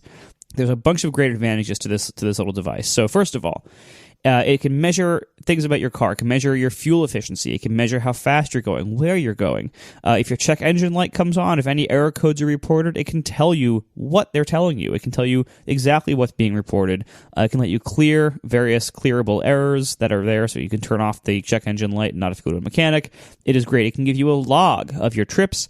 It can track your parking location so you never lose your car. It can even call emergency services in case of an accident. So Automatic has lots of great features. It can score you when you're driving. So if let's say you set an efficiency goal and you say, I want to maintain at least X miles per gallon to keep your cost down or whatever. It can actually beep at you to tell you when you're driving in a spirited fashion, such that you're not going to hit your goal. So it can help you keep to your goals, help you save tons of money on gas. Now, Automatic has also recently launched this huge app store. So they have automatic.com/apps, and you can see how you can use your car's data in all kinds of ways. You can do things like have it automatically trigger your Nest thermostat to turn on when you're getting close to home. Cool stuff like that. It integrates with Pebble watches. You can even send Yo's in the Yo app, which is a real thing. That's still a thing? As far as I know, it's still a thing. It was and is a real thing. So, along with the App Store, Automatic also has a developer platform for building apps using the car's data. This is a modern API with REST, real-time streaming, OAuth 2, and this provides access to a driver's trip history, including distance, route, time, location, miles per gallon, whatever else you want to know. The REST API is very easy to use, and of course you can get more advanced with streaming if you want. So get Automatic today, whether you're a developer or just a person with a car. It works with almost every car made in the last, 20 years? These ports have been around for a while. So check it out. You can check on their site to make sure your car's compatible. It almost certainly is. Go to automatic.com/ATP. Now, normally, this is $100, and that's it, one time. There's no monthly fee for all the different services. It's just $100 up front for the Automatic. Now, for our listeners, you can get 20% off. So that's just $80 by following our link, automatic.com/ATP. You get 20% off. So just $80, a one-time up front, and that's it. No hidden fees, no monthly fees, no subscription fees. $80 up front using our link. You get free shipping in just 2 business days, and there's a 45-day return policy if you decide you don't like it, but you probably won't, which is why they can offer such a great return policy. So check it out. Go to automatic.com/ATP for 20% off. Thanks a lot to Automatic for sponsoring our show. All right, John, tell me about the Apple TV and WebKit. Before I get to that, I just want to point out that Neil Cronin in the chat room reminds me that the PS3 does actual 24p output. By the way, the PS3 is my Blu-ray player. When I was saying that's where I watch my movies, it's on the PS3. It's a pretty good Blu-ray player, albeit kind of noisy. But anyway, it is possible. It's not like it's impossible for a computer-like device to do this, but I'm pretty sure the PS3, when you launch Blu-ray, blanks the screen and switches HDMI modes and does all that stuff that I said the Apple TV probably shouldn't. So what may be appropriate for a Blu-ray player, even if that Blu-ray player is essentially a mini computer like the PS3, is maybe not appropriate for a $150 fanless black puck. Not that I'm saying Apple shouldn't support it. If they can figure out a way to do it, that's fine. I'm just saying I kind of understand why it might not support it. Same thing with 4K, by the way. We didn't discuss this, but maybe we briefly mentioned it last time. The new Apple TV is not 4K. Everyone who asks me, they keep asking me if they should get a television or what. They want to know what television to get, and I tell them get no television because now is not a good time to buy a TV. Because we're after the plasma times where 4 OLEDs have come into their own. Most of the OLEDs I keep seeing are curved too. I really hope that goes away. I really hope that goes away like 3D kind of went away because I do not want a curved TV. Anyway, this is a bad time to buy because 4K is on the horizon. You can buy a 4K TV now, but it would be kind of like buying one of the very early plasmas. Unless you get really lucky and got one of the top-end Kuro Elites things, probably not the best time to buy a 4K television. Apple doesn't support it, but a lot of people are saying, why doesn't the new Apple TV support 4K? It's got enough grunt to support it in theory. I don't know if the HDMI spec that it conforms to supports 4K to the degree that's needed, but I kind of agree that it seems like, it's an A8 in there, right? Maybe handle 4K, maybe, I don't know. Anyway, bottom line, it doesn't. That's not how this product is defined. I wouldn't count on this product being updated in any way to support 4K in the future, even if the hardware is technically capable of it, because that's just not kind of the thing that Apple does. I mean, they made you buy a whole new product when they went from 720p to 1080p, if that tells you anything. So don't buy an Apple TV if you're expecting it to magically have 4K support. Just resign yourself to spending under $150 in a couple of years when 4K finally matures. All right, so tell us about WebKit. This is a big kerfuffle started, I think it was started by Daniel Pasco. He's from Black Pixel, right? Mm-hmm. Yeah, he wrote a thing called Apple TV, A World Without Web Views, lamenting or maybe just reporting the fact that you are not allowed to bring up a web view in your Apple TV application. And everyone is upset about that. I don't think it's going to be that big of a deal. I mean, one question is which I think we don't really know the answer yet, is how many of the apps that we have on our phone are going to be necessary to have on our TVs? How many are we actually going to want to have on our TVs? I think it's going to be a smaller and slightly different group. So a lot of the apps on your phone are just for things that could have been websites, like your bank app, and some of the stuff it just could have been a website. And so obviously web views are used very heavily in a lot of those things. And so, it's fine if a lot of those can't work. Now, that being said, there are a lot of apps that use web views in smaller ways. Like I use web views in Overcast for the rendering of the show notes. On the playback screen, the scroll view on the playback screen that includes the artwork and the show notes below it, that is a web view. It is a giant web view because that way I can render HTML in the notes and it works just fine and it's great. So stuff like that makes sense. Things like reading apps, Instapaper. Instapaper is a big web view as well. I don't think people are going to be reading on their TVs very often. Who knows? I mean, sure, somebody might want to try, but that's not going to be a very common request, I don't think. So, again, that's fine too. I think it's going to be annoying for some people, but not nearly as big of a problem as what most people expect. Now, the other thing is, what about just web browsing on the TV? Obviously, not just using a web view in an app, but actually just browsing to arbitrary pages. Obviously, if you think about something like a Twitter client on the Apple TV or a newsreader, then those are going to be challenging to make compelling because, again, what are they going to do? Twitter's full of links. So if you are browsing a Twitter client on the TV and you can't tap any links, it's going to be kind of annoying. But again, it's are people really going to be browsing arbitrary web pages on TVs? Because one thing that people don't often talk about, but becomes obvious if you've ever tried to do this, like plugging a computer into your TV or anything, that TVs actually look terrible when you try to view text and web pages and stuff. TVs are much lower resolution than you think, weird contrast and color issues and limitations. They really are not good screens to be reading text on.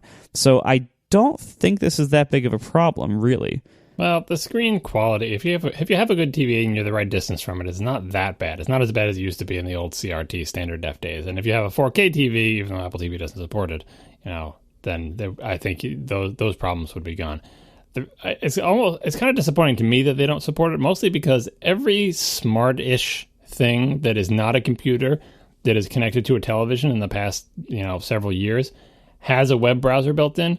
I think, my PlayStation 4 does, my Wii U does, I think my Wii does, like everything. I don't know if my TiVo does, but like everything feels compelled to have a browser if it hooks up to a TV and has an internet connection, because, hey, why not? The 3DS has a web browser, for crying out loud.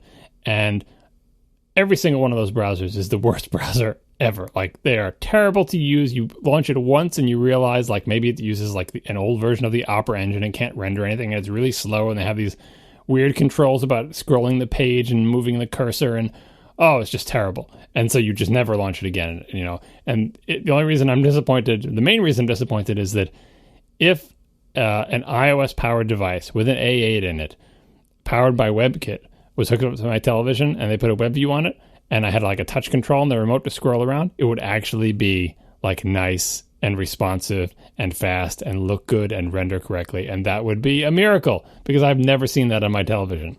That said, I really have no urge to browse web pages on my television. And I think that's kind of, I'm not going to say it's a red herring, because we'll get to like what the motivation to this might be. But Marco, when you're talking about like the show notes, that's coming from the web. And of course, Instapaper content is coming from the web. But I think there are a lot of, perhaps a surprising number of iOS applications that use a web view to render content that does not come from the web. Maybe it's just in the application bundle. Maybe it's like they want to just build a string on the fly. Maybe it's someone who is like a web developer and is more accustomed to doing that. Maybe it is served from their own private web server and parts of the UI are web views. Like, you're not giving them arbitrary web browsing. You're not even perhaps giving them links. You're just using it as a more flexible, or maybe just a way that people are more comfortable with, way to lay out text and images in your UI, which is probably not the appropriate thing to do. But because WebKit is so fast and because it's fairly efficient, and if you have simple needs, it is a pretty easy way to do, to sneak a little bit of web development into your iOS app. And the fact that that's not possible, I think is something that Apple may have to end up backsliding on, because it's all goes back to, why is this happening? Is it happening because they couldn't get WebKit ready in time for Apple TV? That seems unlikely, because all the TVML stuff surely uses WebKit, or at least JavaScript core or something like that in there. And it's just an A8 and it's just an iOS variant. Getting WebKit to work is not rocket science. It could work. Is it because they don't want anyone to ever make a web browser app for the Apple TV? Couldn't they do that with App Review? Like, slap you down if you try to make something like a web browser? Or the final reason, the most popular one, seems to be they don't want you using web technologies to make a UI. They want you to make a native application. That may be the case. Maybe that's getting back to what I talked about in the last show about the AMC and the USA apps, one of which was terrible and one of which was only merely so-so. And I can't remember which was which.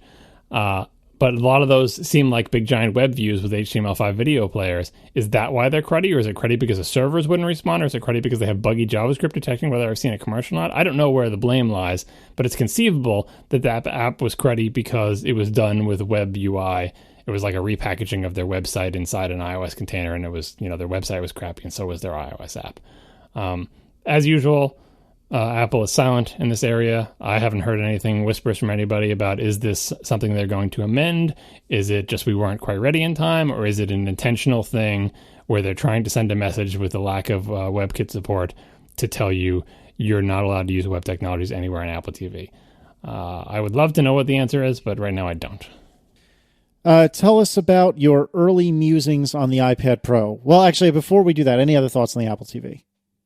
I'm kind of looking forward to it.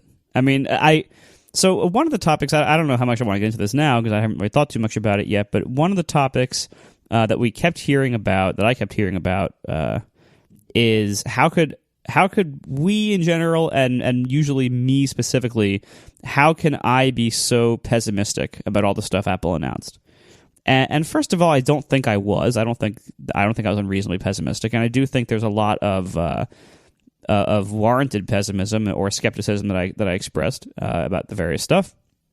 However, there are two things that I am more excited about this week than I was last week. Number one is 3D Touch, because after watching more of the videos and after maybe seeing some people using it, I it does look. I have not used it. I have not felt it or touched it myself. However, it does look like it's going to be really, really nice as a shortcut mechanism to do a lot of quick things. I don't. My concerns about its discoverability and everything remain. However, I do think for power users like us, I think it'll be really nice to have. So we'll see. We'll see how much it matters for regular people. I think it's going to matter about as much as things like multitasking gestures for regular people. But we'll see. And the other thing I am more excited about than last week is the Apple TV. I do, however, I said last week my main concern with the Apple TV is not whether I would like it, it's whether people will buy it, because it's a $150 box entering a market of very, very cheap things that people think are good enough, and they're still going to keep selling the old Apple TV, so it's going to have to compete with that, which is half the price, and I think it's going to be a tough sell for a while until the App Store develops, if it does.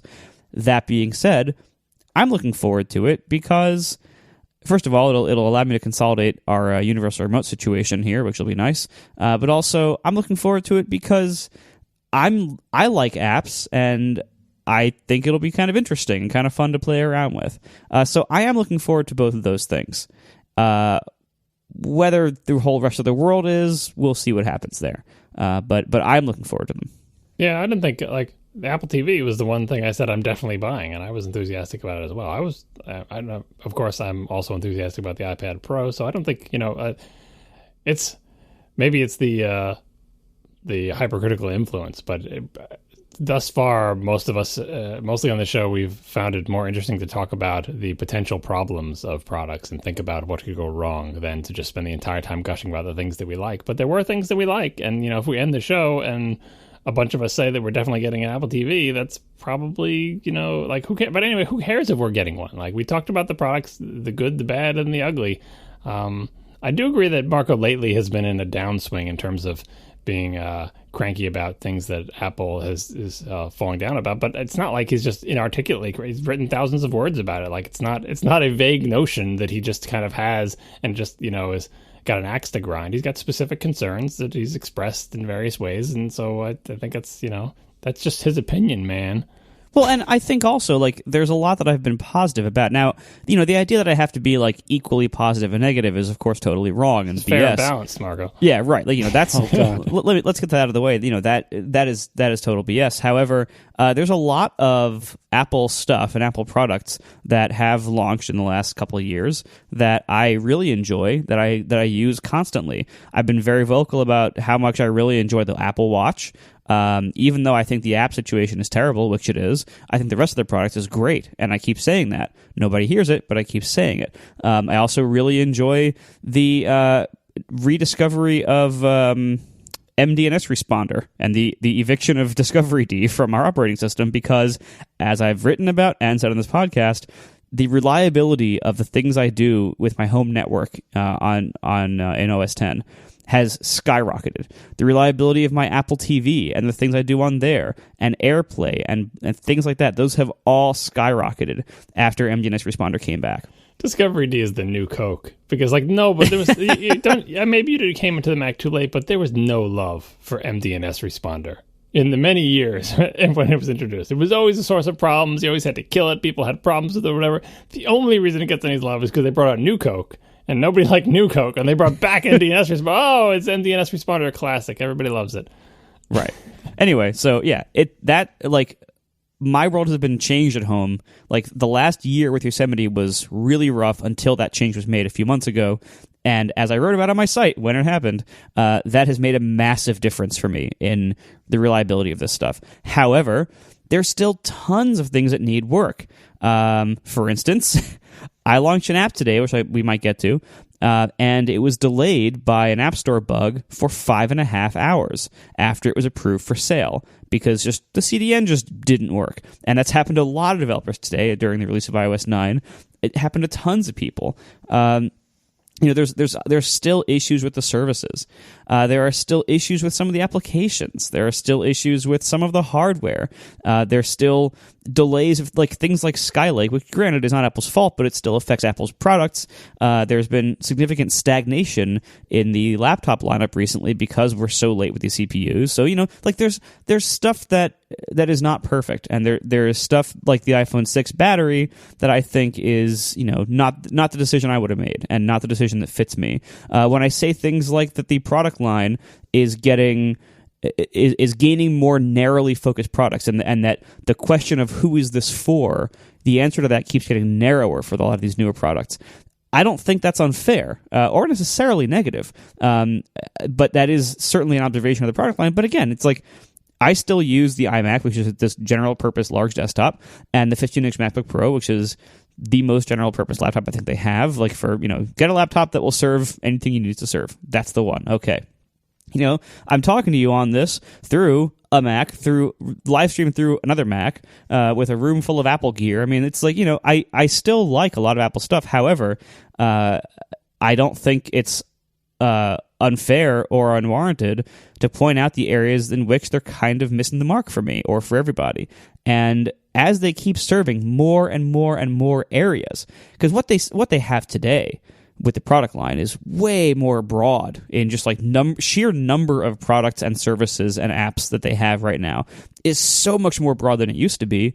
And the fact is, they're not doing all of them well. Apple has never been able to juggle too many things at once particularly well, and the number of things they can juggle at once well over time has gone up, but so has the number of things they try to juggle all at once. And so they really, there's still always areas that can use improvement. And we on the outside, people like us who don't work for them, and they're like, because people who work for them can't really say anything because they can get in trouble. But people like us on the outside who don't work for them and can say whatever we want can affect positive change within Apple and within its products by ranting about them when it's warranted, by giving them real, constructive, valid criticism when it's warranted. That actually affects positive change. Every time I complain about something about Apple that is like a fair complaint, I hear from people on the inside of the company, either right then or near that, or either right then or soon after, I hear from people that whatever I said or wrote was circulated in some group, and that like helped that team argue for their point or make a change or whatever.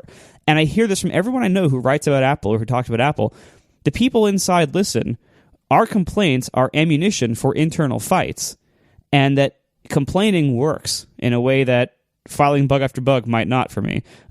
Complaining works. And again, there's no reason to stop complaining just out of, trying to be nice if things really are broken or could use improvement. Yeah, the thing that struck me about the feedback we got, and we did get several people writing in saying, oh my God, you're a bunch of curmudgeons. Maybe there's some truth to that, but I don't know. I don't think it does anyone any good for us to just be parrots that are saying, oh, this is the best. Apple's the best. Apple is flawless. Nothing Apple does is wrong. That would not be a particularly enjoyable show for us to make or for most people to listen to. So I feel like I speak for all of us in saying genuinely, if we came across grumpy last episode, that wasn't our intention, but we're going to call it like we see it. And if we see things as being broken, then damn it, we're going to say that it's broken, and that's just how we feel. And if it doesn't work for if it doesn't work for you, then I'm sorry. But TJ Loma is saying in the chat it was a 3-hour negative-a-thon. Maybe we listened. Maybe what I said did not feel it was like a 3-hour complaining festival.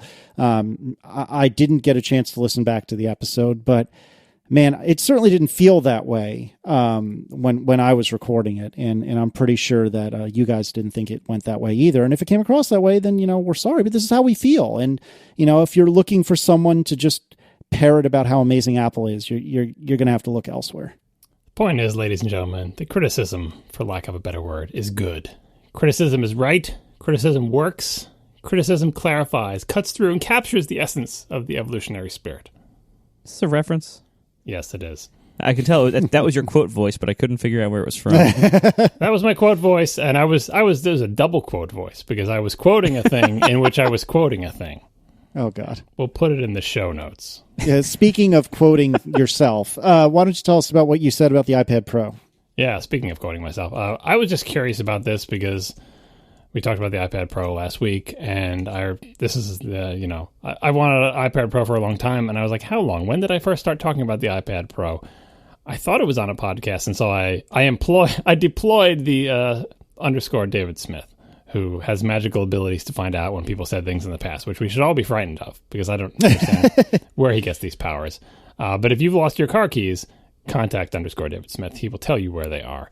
It's a very convenient service. As long as you've spoken about it on a podcast. Right. Well, we don't know. We don't know. Let's not just, you're speculating about the limits of his power.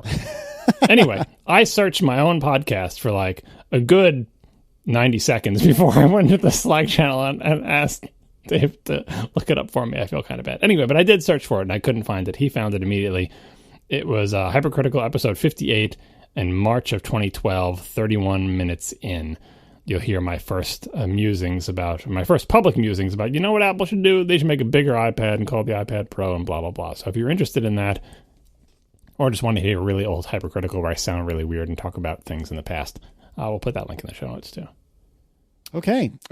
Speaking of the iPad Pro, Dr. Wave, Michael B. Johnson from Pixar, tweeted at some point or another, or I believe it was a tweet, he said, my understanding is that the iPad Pro recognizes the stylus data from the Apple Pencil flowing in at 240 hertz, fingers at 120 hertz, and the Air 2 in general will do 120 hertz, and all other iPads and iOS devices do 60 hertz.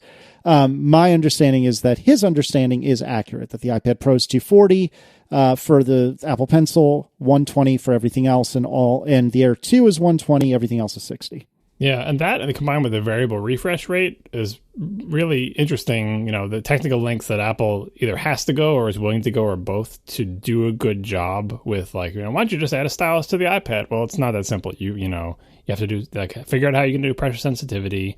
And also, 60 hertz, again, very common for computery things, any kind of computery thing, whether it's hooked up to a TV or hooked up to a monitor. It's been a standard for many years, and ever since CRTs went away, it's just 60 hertz. But that's not good enough for it to feel nice when you're drawing on it. I'm not sure why the Air 2 is 120.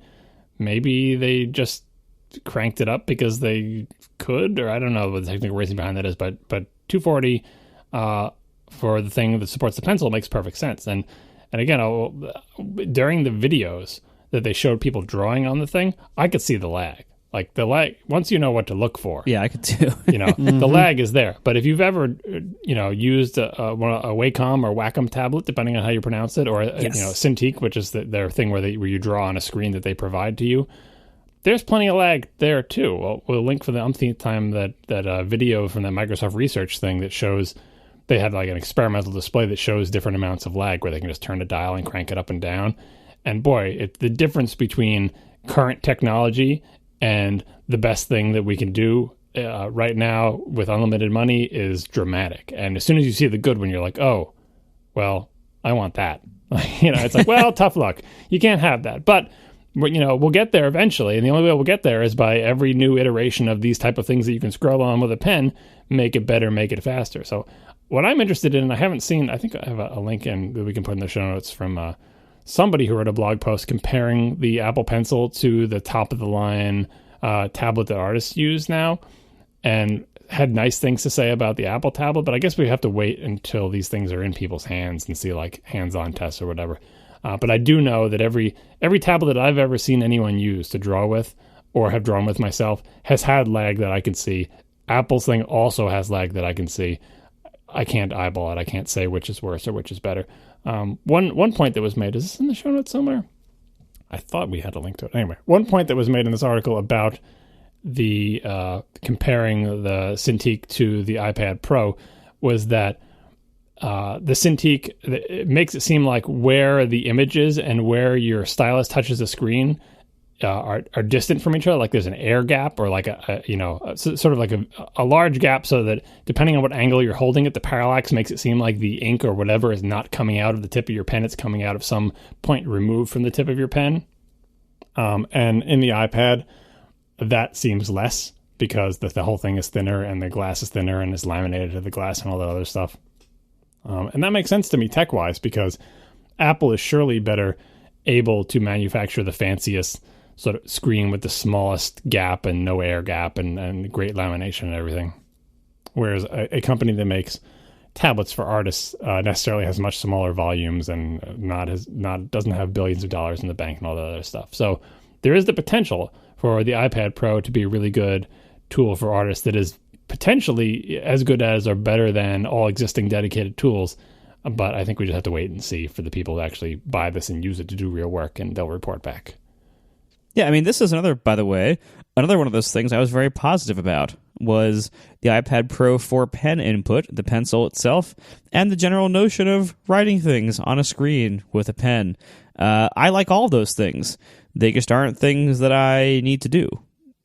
But I'm very positive on all of those things for people who use pens or who like to write or who like to take notes or who like to draw.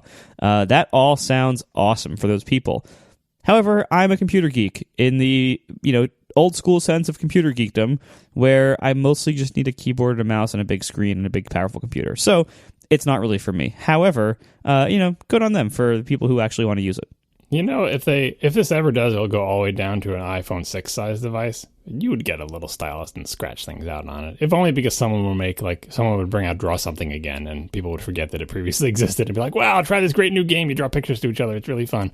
Sure. Yeah. I mean, look, if this was available even for, even as soon as it comes to an iPad size that I want to own, I'll probably buy one. I'll probably buy whatever, if next year's iPad Air supports the pencil, then I'll probably get one of those. If there's some really compelling reason for me to get the iPad Pro, I will get it. Like I talked before, I'd love to make a podcast editor. And if I'm going to do that, making it on the iPad Pro is certainly worth investigating. However, I'm not doing that right now. I'm doing other things, and I don't plan to do that anytime soon. By the time I would get to that, it'd probably be next year. I'll get the second one, but I also am worried with the current one that I think I mentioned this in last week's show that Force Touch on the iPhone is going to be so interesting and so compelling as a shortcut mechanism that it's going to be weird getting used to that on the phone and then not having it yet on the iPads. So I would rather wait. If I'm going to spend over $1,000 on a brand new, really high end iPad that I don't really need right now, I would rather wait until next year to see if maybe it gets Force Touch. But we'll see. I think you mean 3D Touch, but I'm with you. Sorry. Yeah, you're right. Even Federighi screwed it up. Come on. Yeah, it's so true. All right. Do you think anyone's going to make any money on apps on the iPad Pro? Because the friend of the show that we just mentioned, _David Smith, tweeted a link to a company. I don't recall their name, but the people who make Sketch, which apparently is a very popular app, they are basically saying, no freaking way we're going to touch the iPad Pro because we can't make any money on it. Yeah, that post kind of struck me the wrong way, because we all know there are problems with the App Store, and there are problems with the companies that have difficulty finding a way to make money and the price pressure. Like, we've talked about these things a million times. But I think one of the least convincing... it's at least convincing because this app is Sketch and not Photoshop, I guess. But one of the least convincing things you can do is say this entirely new thing, like an Apple tablet with a pencil, which has not existed before, we are writing off because we assume it will be exactly like all of the other markets. And they're probably right. Like, I'm not saying they're wrong or anything like that. It's just there are many reasons why it makes sense for them not to make the app. Maybe they don't have, they have Mac developers, not iOS developers. You can sell Mac apps for more, like all the things we've talked about or whatever. But the idea that it is inconceivable and they're just entirely sure, or I guess what they're saying is that we can't risk it. We think that there's not a sustainable market for iPad Pro applications. And we think that because we've judged there not to be a sustainable market for these applications on the previous iPads and on the phones and blah, blah, blah, so on and so forth. But it reads kind of like we understand it's a chicken egg situation. You go first.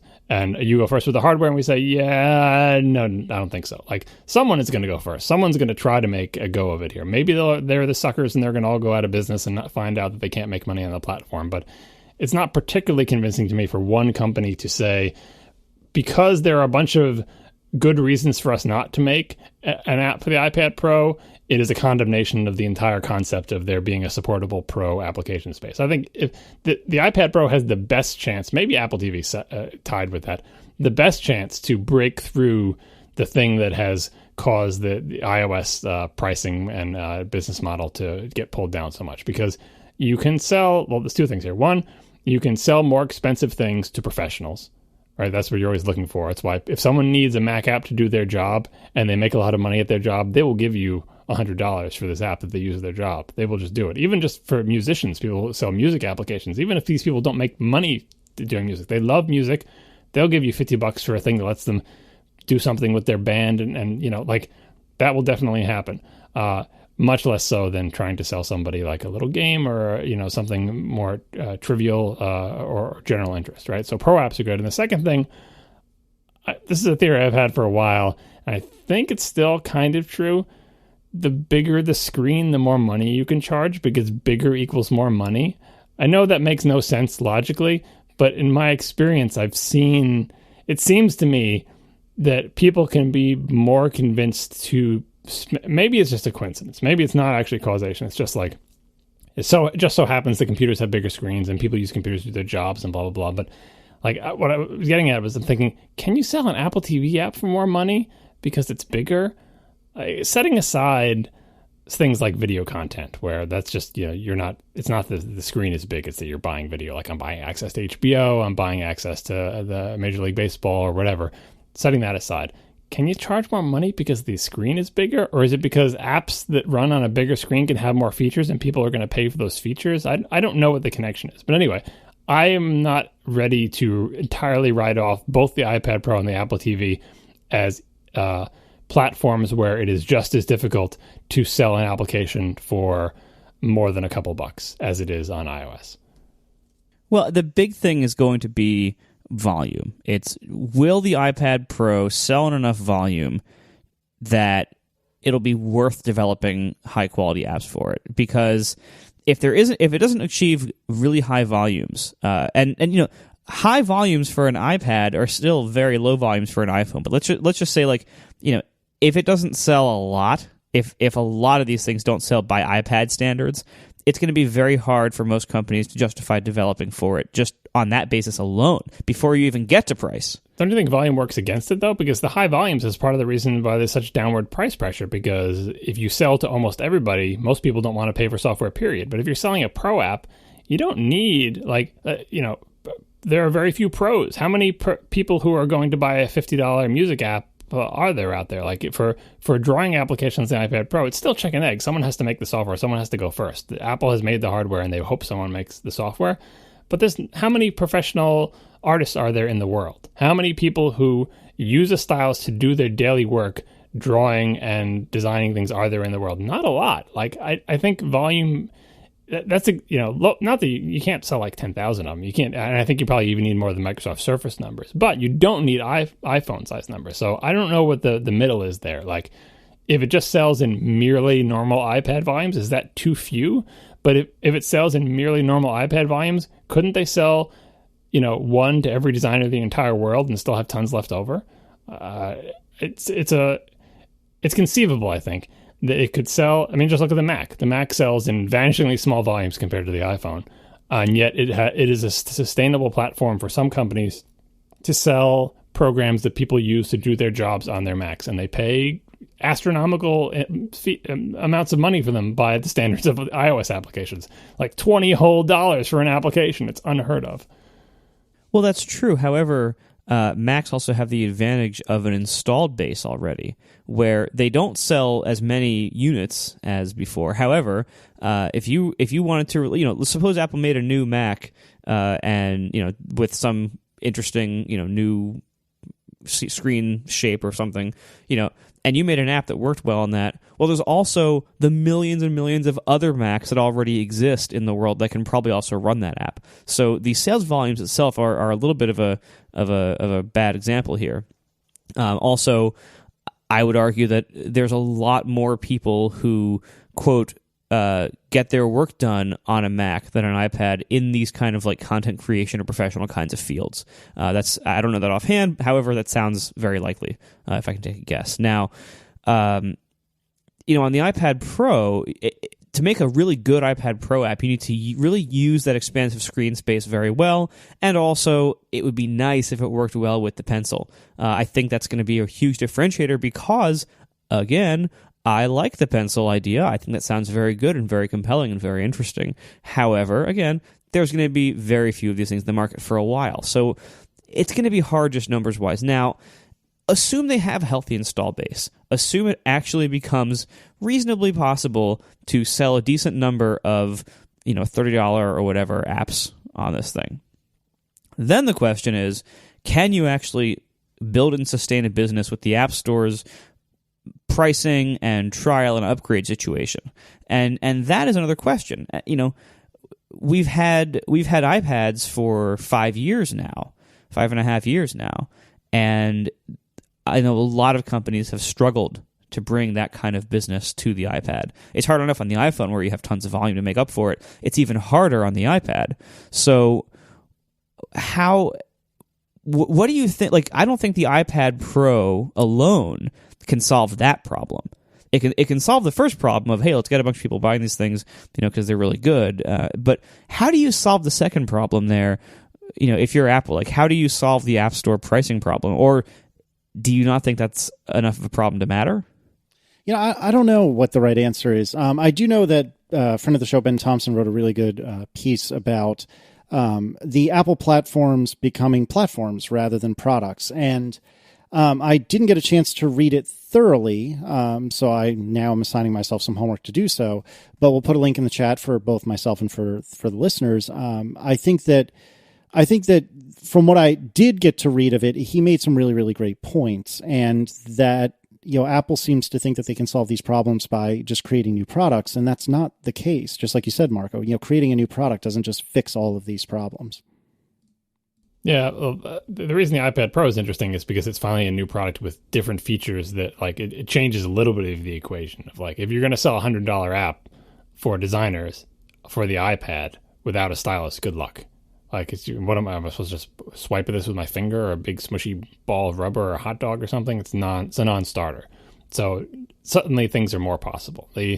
This post from the sketch designers or sketch developers is so definitive. It's like, this is a quote, apps on iOS sell for unsustainably low prices due to the lack of trials. Like, they're just flat out conclusion.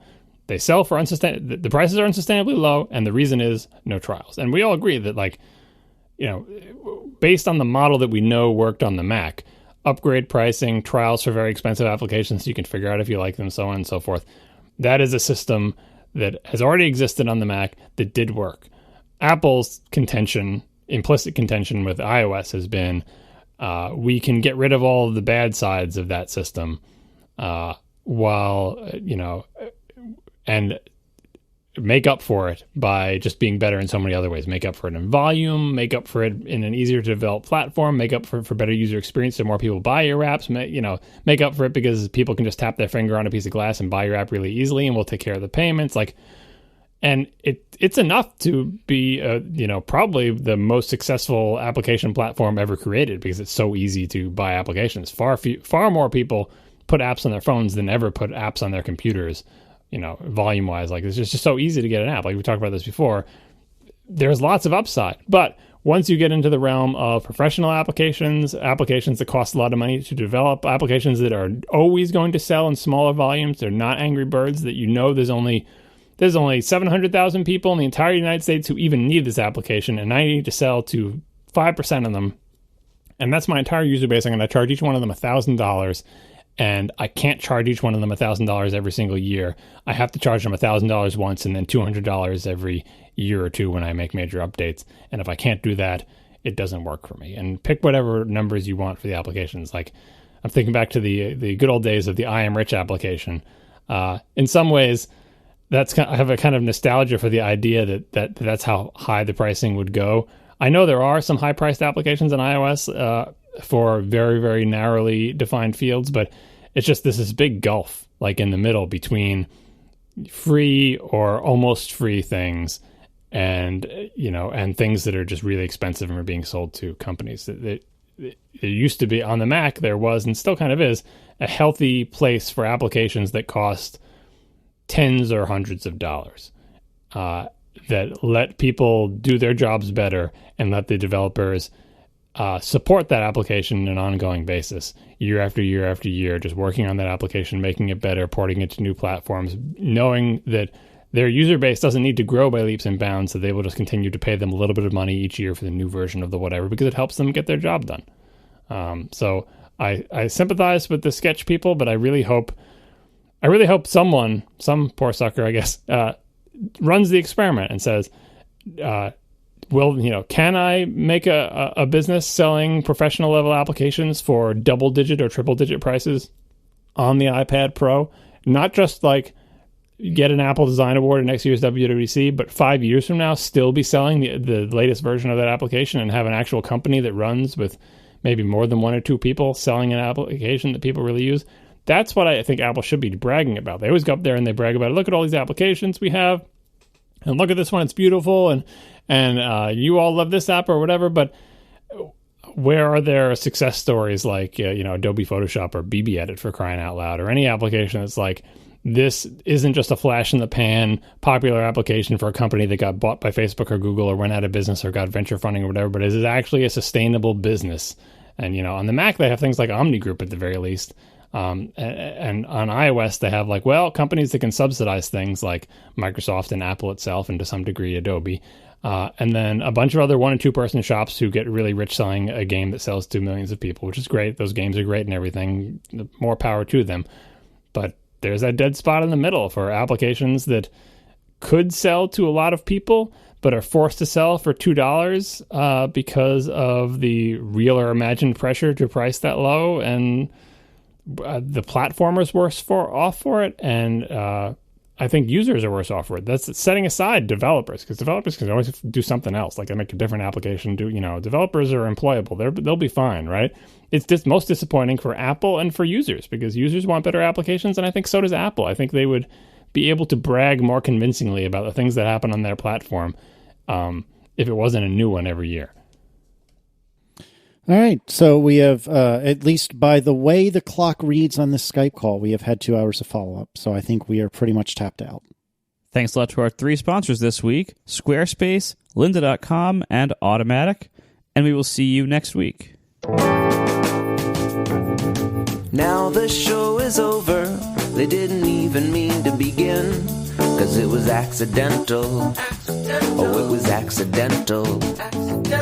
John didn't do any research, Marco and Casey wouldn't let him, 'cause it was accidental. Oh, it was accidental. And you can find the show notes at atp.fm. And if you're into Twitter, you can follow them at CASEYLISS. So that's Casey Liss, MARCOARMENT, Marco Arment, SIRAC, USA Syracuse. It's accidental. They didn't mean to. Accidental. Tech podcast so long. So, Marco, did anything happen today? Barely. It almost happened tomorrow. Fair enough. So you have a new thing. Yeah, I launched a new app. It's called Peace. It's an iOS 9 content blocker. And the big deal about it is, so it's an ad and tracker blocker, but the big deal about it is that I actually licensed the database from Ghostery. So this is powered by Ghostery, which is pretty cool, I think. I think it's the best database out there. Honestly, I tried a lot of them, and really a lot over the summer, and I found them to be the best. So I went to them. I asked if they'd be interested in licensing it for a simple revenue share deal, and they actually said yes, which is amazing. And so we worked it out, and they're fun to work with and easy, which was, they're a big company, so that was kind of a surprise for me. And yeah, great. All good stuff. If you couldn't have licensed the database, would you have made the app anyway? I had other databases, in various stages of testing throughout the summer, and I had a really hard time finding one that was really, truly good, and not just some like total mammoth thing, like massive number of rules, massive, database size and complexity and everything, because the bigger you make the rule set, the worse it impacts performance. And it is a pretty fast system, and you can do quite a lot of rules and have it not slow down too bad, but you do change things like how when you make a change to the rules, you have to send the system all of your rules again. So if you add a whitelisted site, you have to send all of your rules back to the system again. And that actually takes, with my rule set on an iPhone 6 with just the Ghostery database, that takes 2.5 seconds to do. The way you can tell how long it takes is if you use the open unrestricted extension. The way that works is it literally just sends an empty rule set, opens a Safari view controller, and then when the Safari view controller closes, it re-enables the regular rule set. And so you can tell when the Safari view controller closes, it says restoring peace, ... for a few seconds, and then that screen goes away. That is how long it takes to reload the content blocker rules. That is what that is waiting for. And so if you do a larger database, most of the big hosts files, the easy list, all the different sources of either ad block format or host format block lists, if you do those, you tend to get 10,000 entries for a good one, and mine is 2,000. So it literally it loads for the most part pretty much 5 times more quickly, and then there is some some per page cost as well. And even though that cost might be small, it is still a per page cost to evaluate all those rules. It tries to do smart things like building trees and building fast parsers and everything, but it's still the fewer rules, the faster it is. So I also found with the other rule sets, I had more compatibility problems. So certain sites, there's a tracker, I think it's called Adobe Omniture. I don't know much about this stuff, about the specifics of these things. It's big in the enterprise. Exactly. It's also used on Apple's site. And if you block Adobe Omniture on Apple developer site, the site doesn't work. It's you can't do provisioning profiles, stuff like that. It just doesn't work. Because certain sites will actually use various events triggered by these analytics packages to trigger page functionality. So if you disable some of these things, pages actually stop working right. And Ghostery does compatibility work. They're a big enough company; they have the resources to both hear about these things and to make exceptions. So their database is pretty sophisticated, and these rules should be exempted on these domains, because otherwise things break. Stuff like that. So.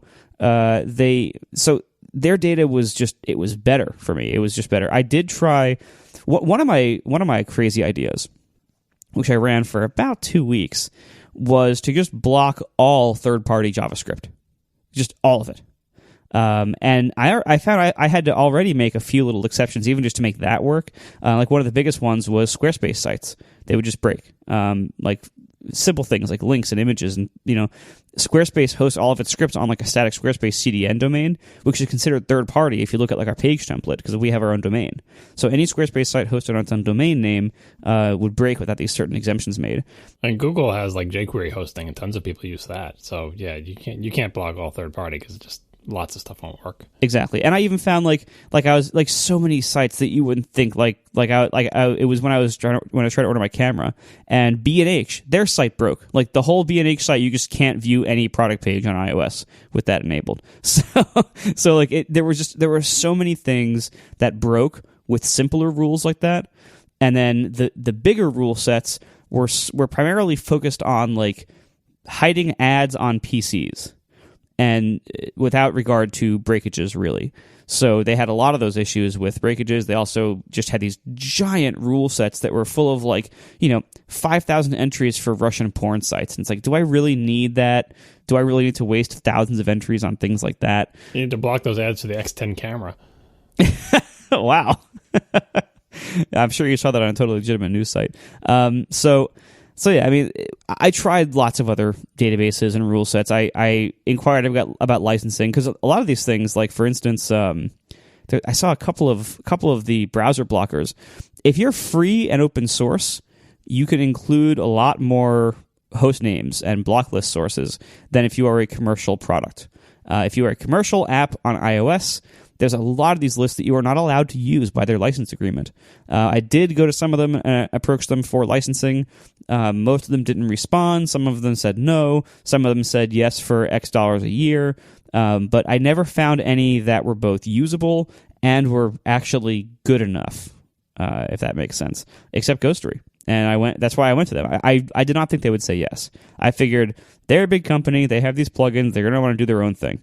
Turns out they don't want to do their own thing on iOS because the content blockers are so limited, they can't do their core business function. So they didn't really have anything ready for iOS 9, and I was. And I had an app that needed a database, and they had a database that needed an app. So there you go. That's pretty awesome. Yeah, it really worked out very well. To channel some friends of ours, I've been testing it for a couple of weeks now, and it is pretty darn good. And it's funny because I'd been noticing that, especially at home when I'm doing more browsing for me rather than, looking up things for work, I felt like my internet had been getting slower lately, and I couldn't put my finger on what it was or why it was. And between installing Ghostery on my Mac and installing Peace on my iOS devices, suddenly things seem snappier again. And it very well could be that this is all in my head, but I feel like having these content blockers has really made things feel snappy, like they did just a year or two ago. And so whatever content blocker you choose to run, whether it's Peace or something else, I strongly encourage you to run one, because it really does make your browsing experience that much better, especially if you're on a limited data plan. You don't want to have to pull down all that superfluous information that really doesn't help you read what you're trying to read. So do what you got to do. We have more on this topic I think we'll save for the next show, because I do want to talk more about things. And Marco had a post today about Peace, but also kind of about the larger issue of ad blocking and tracking blocking and all that stuff.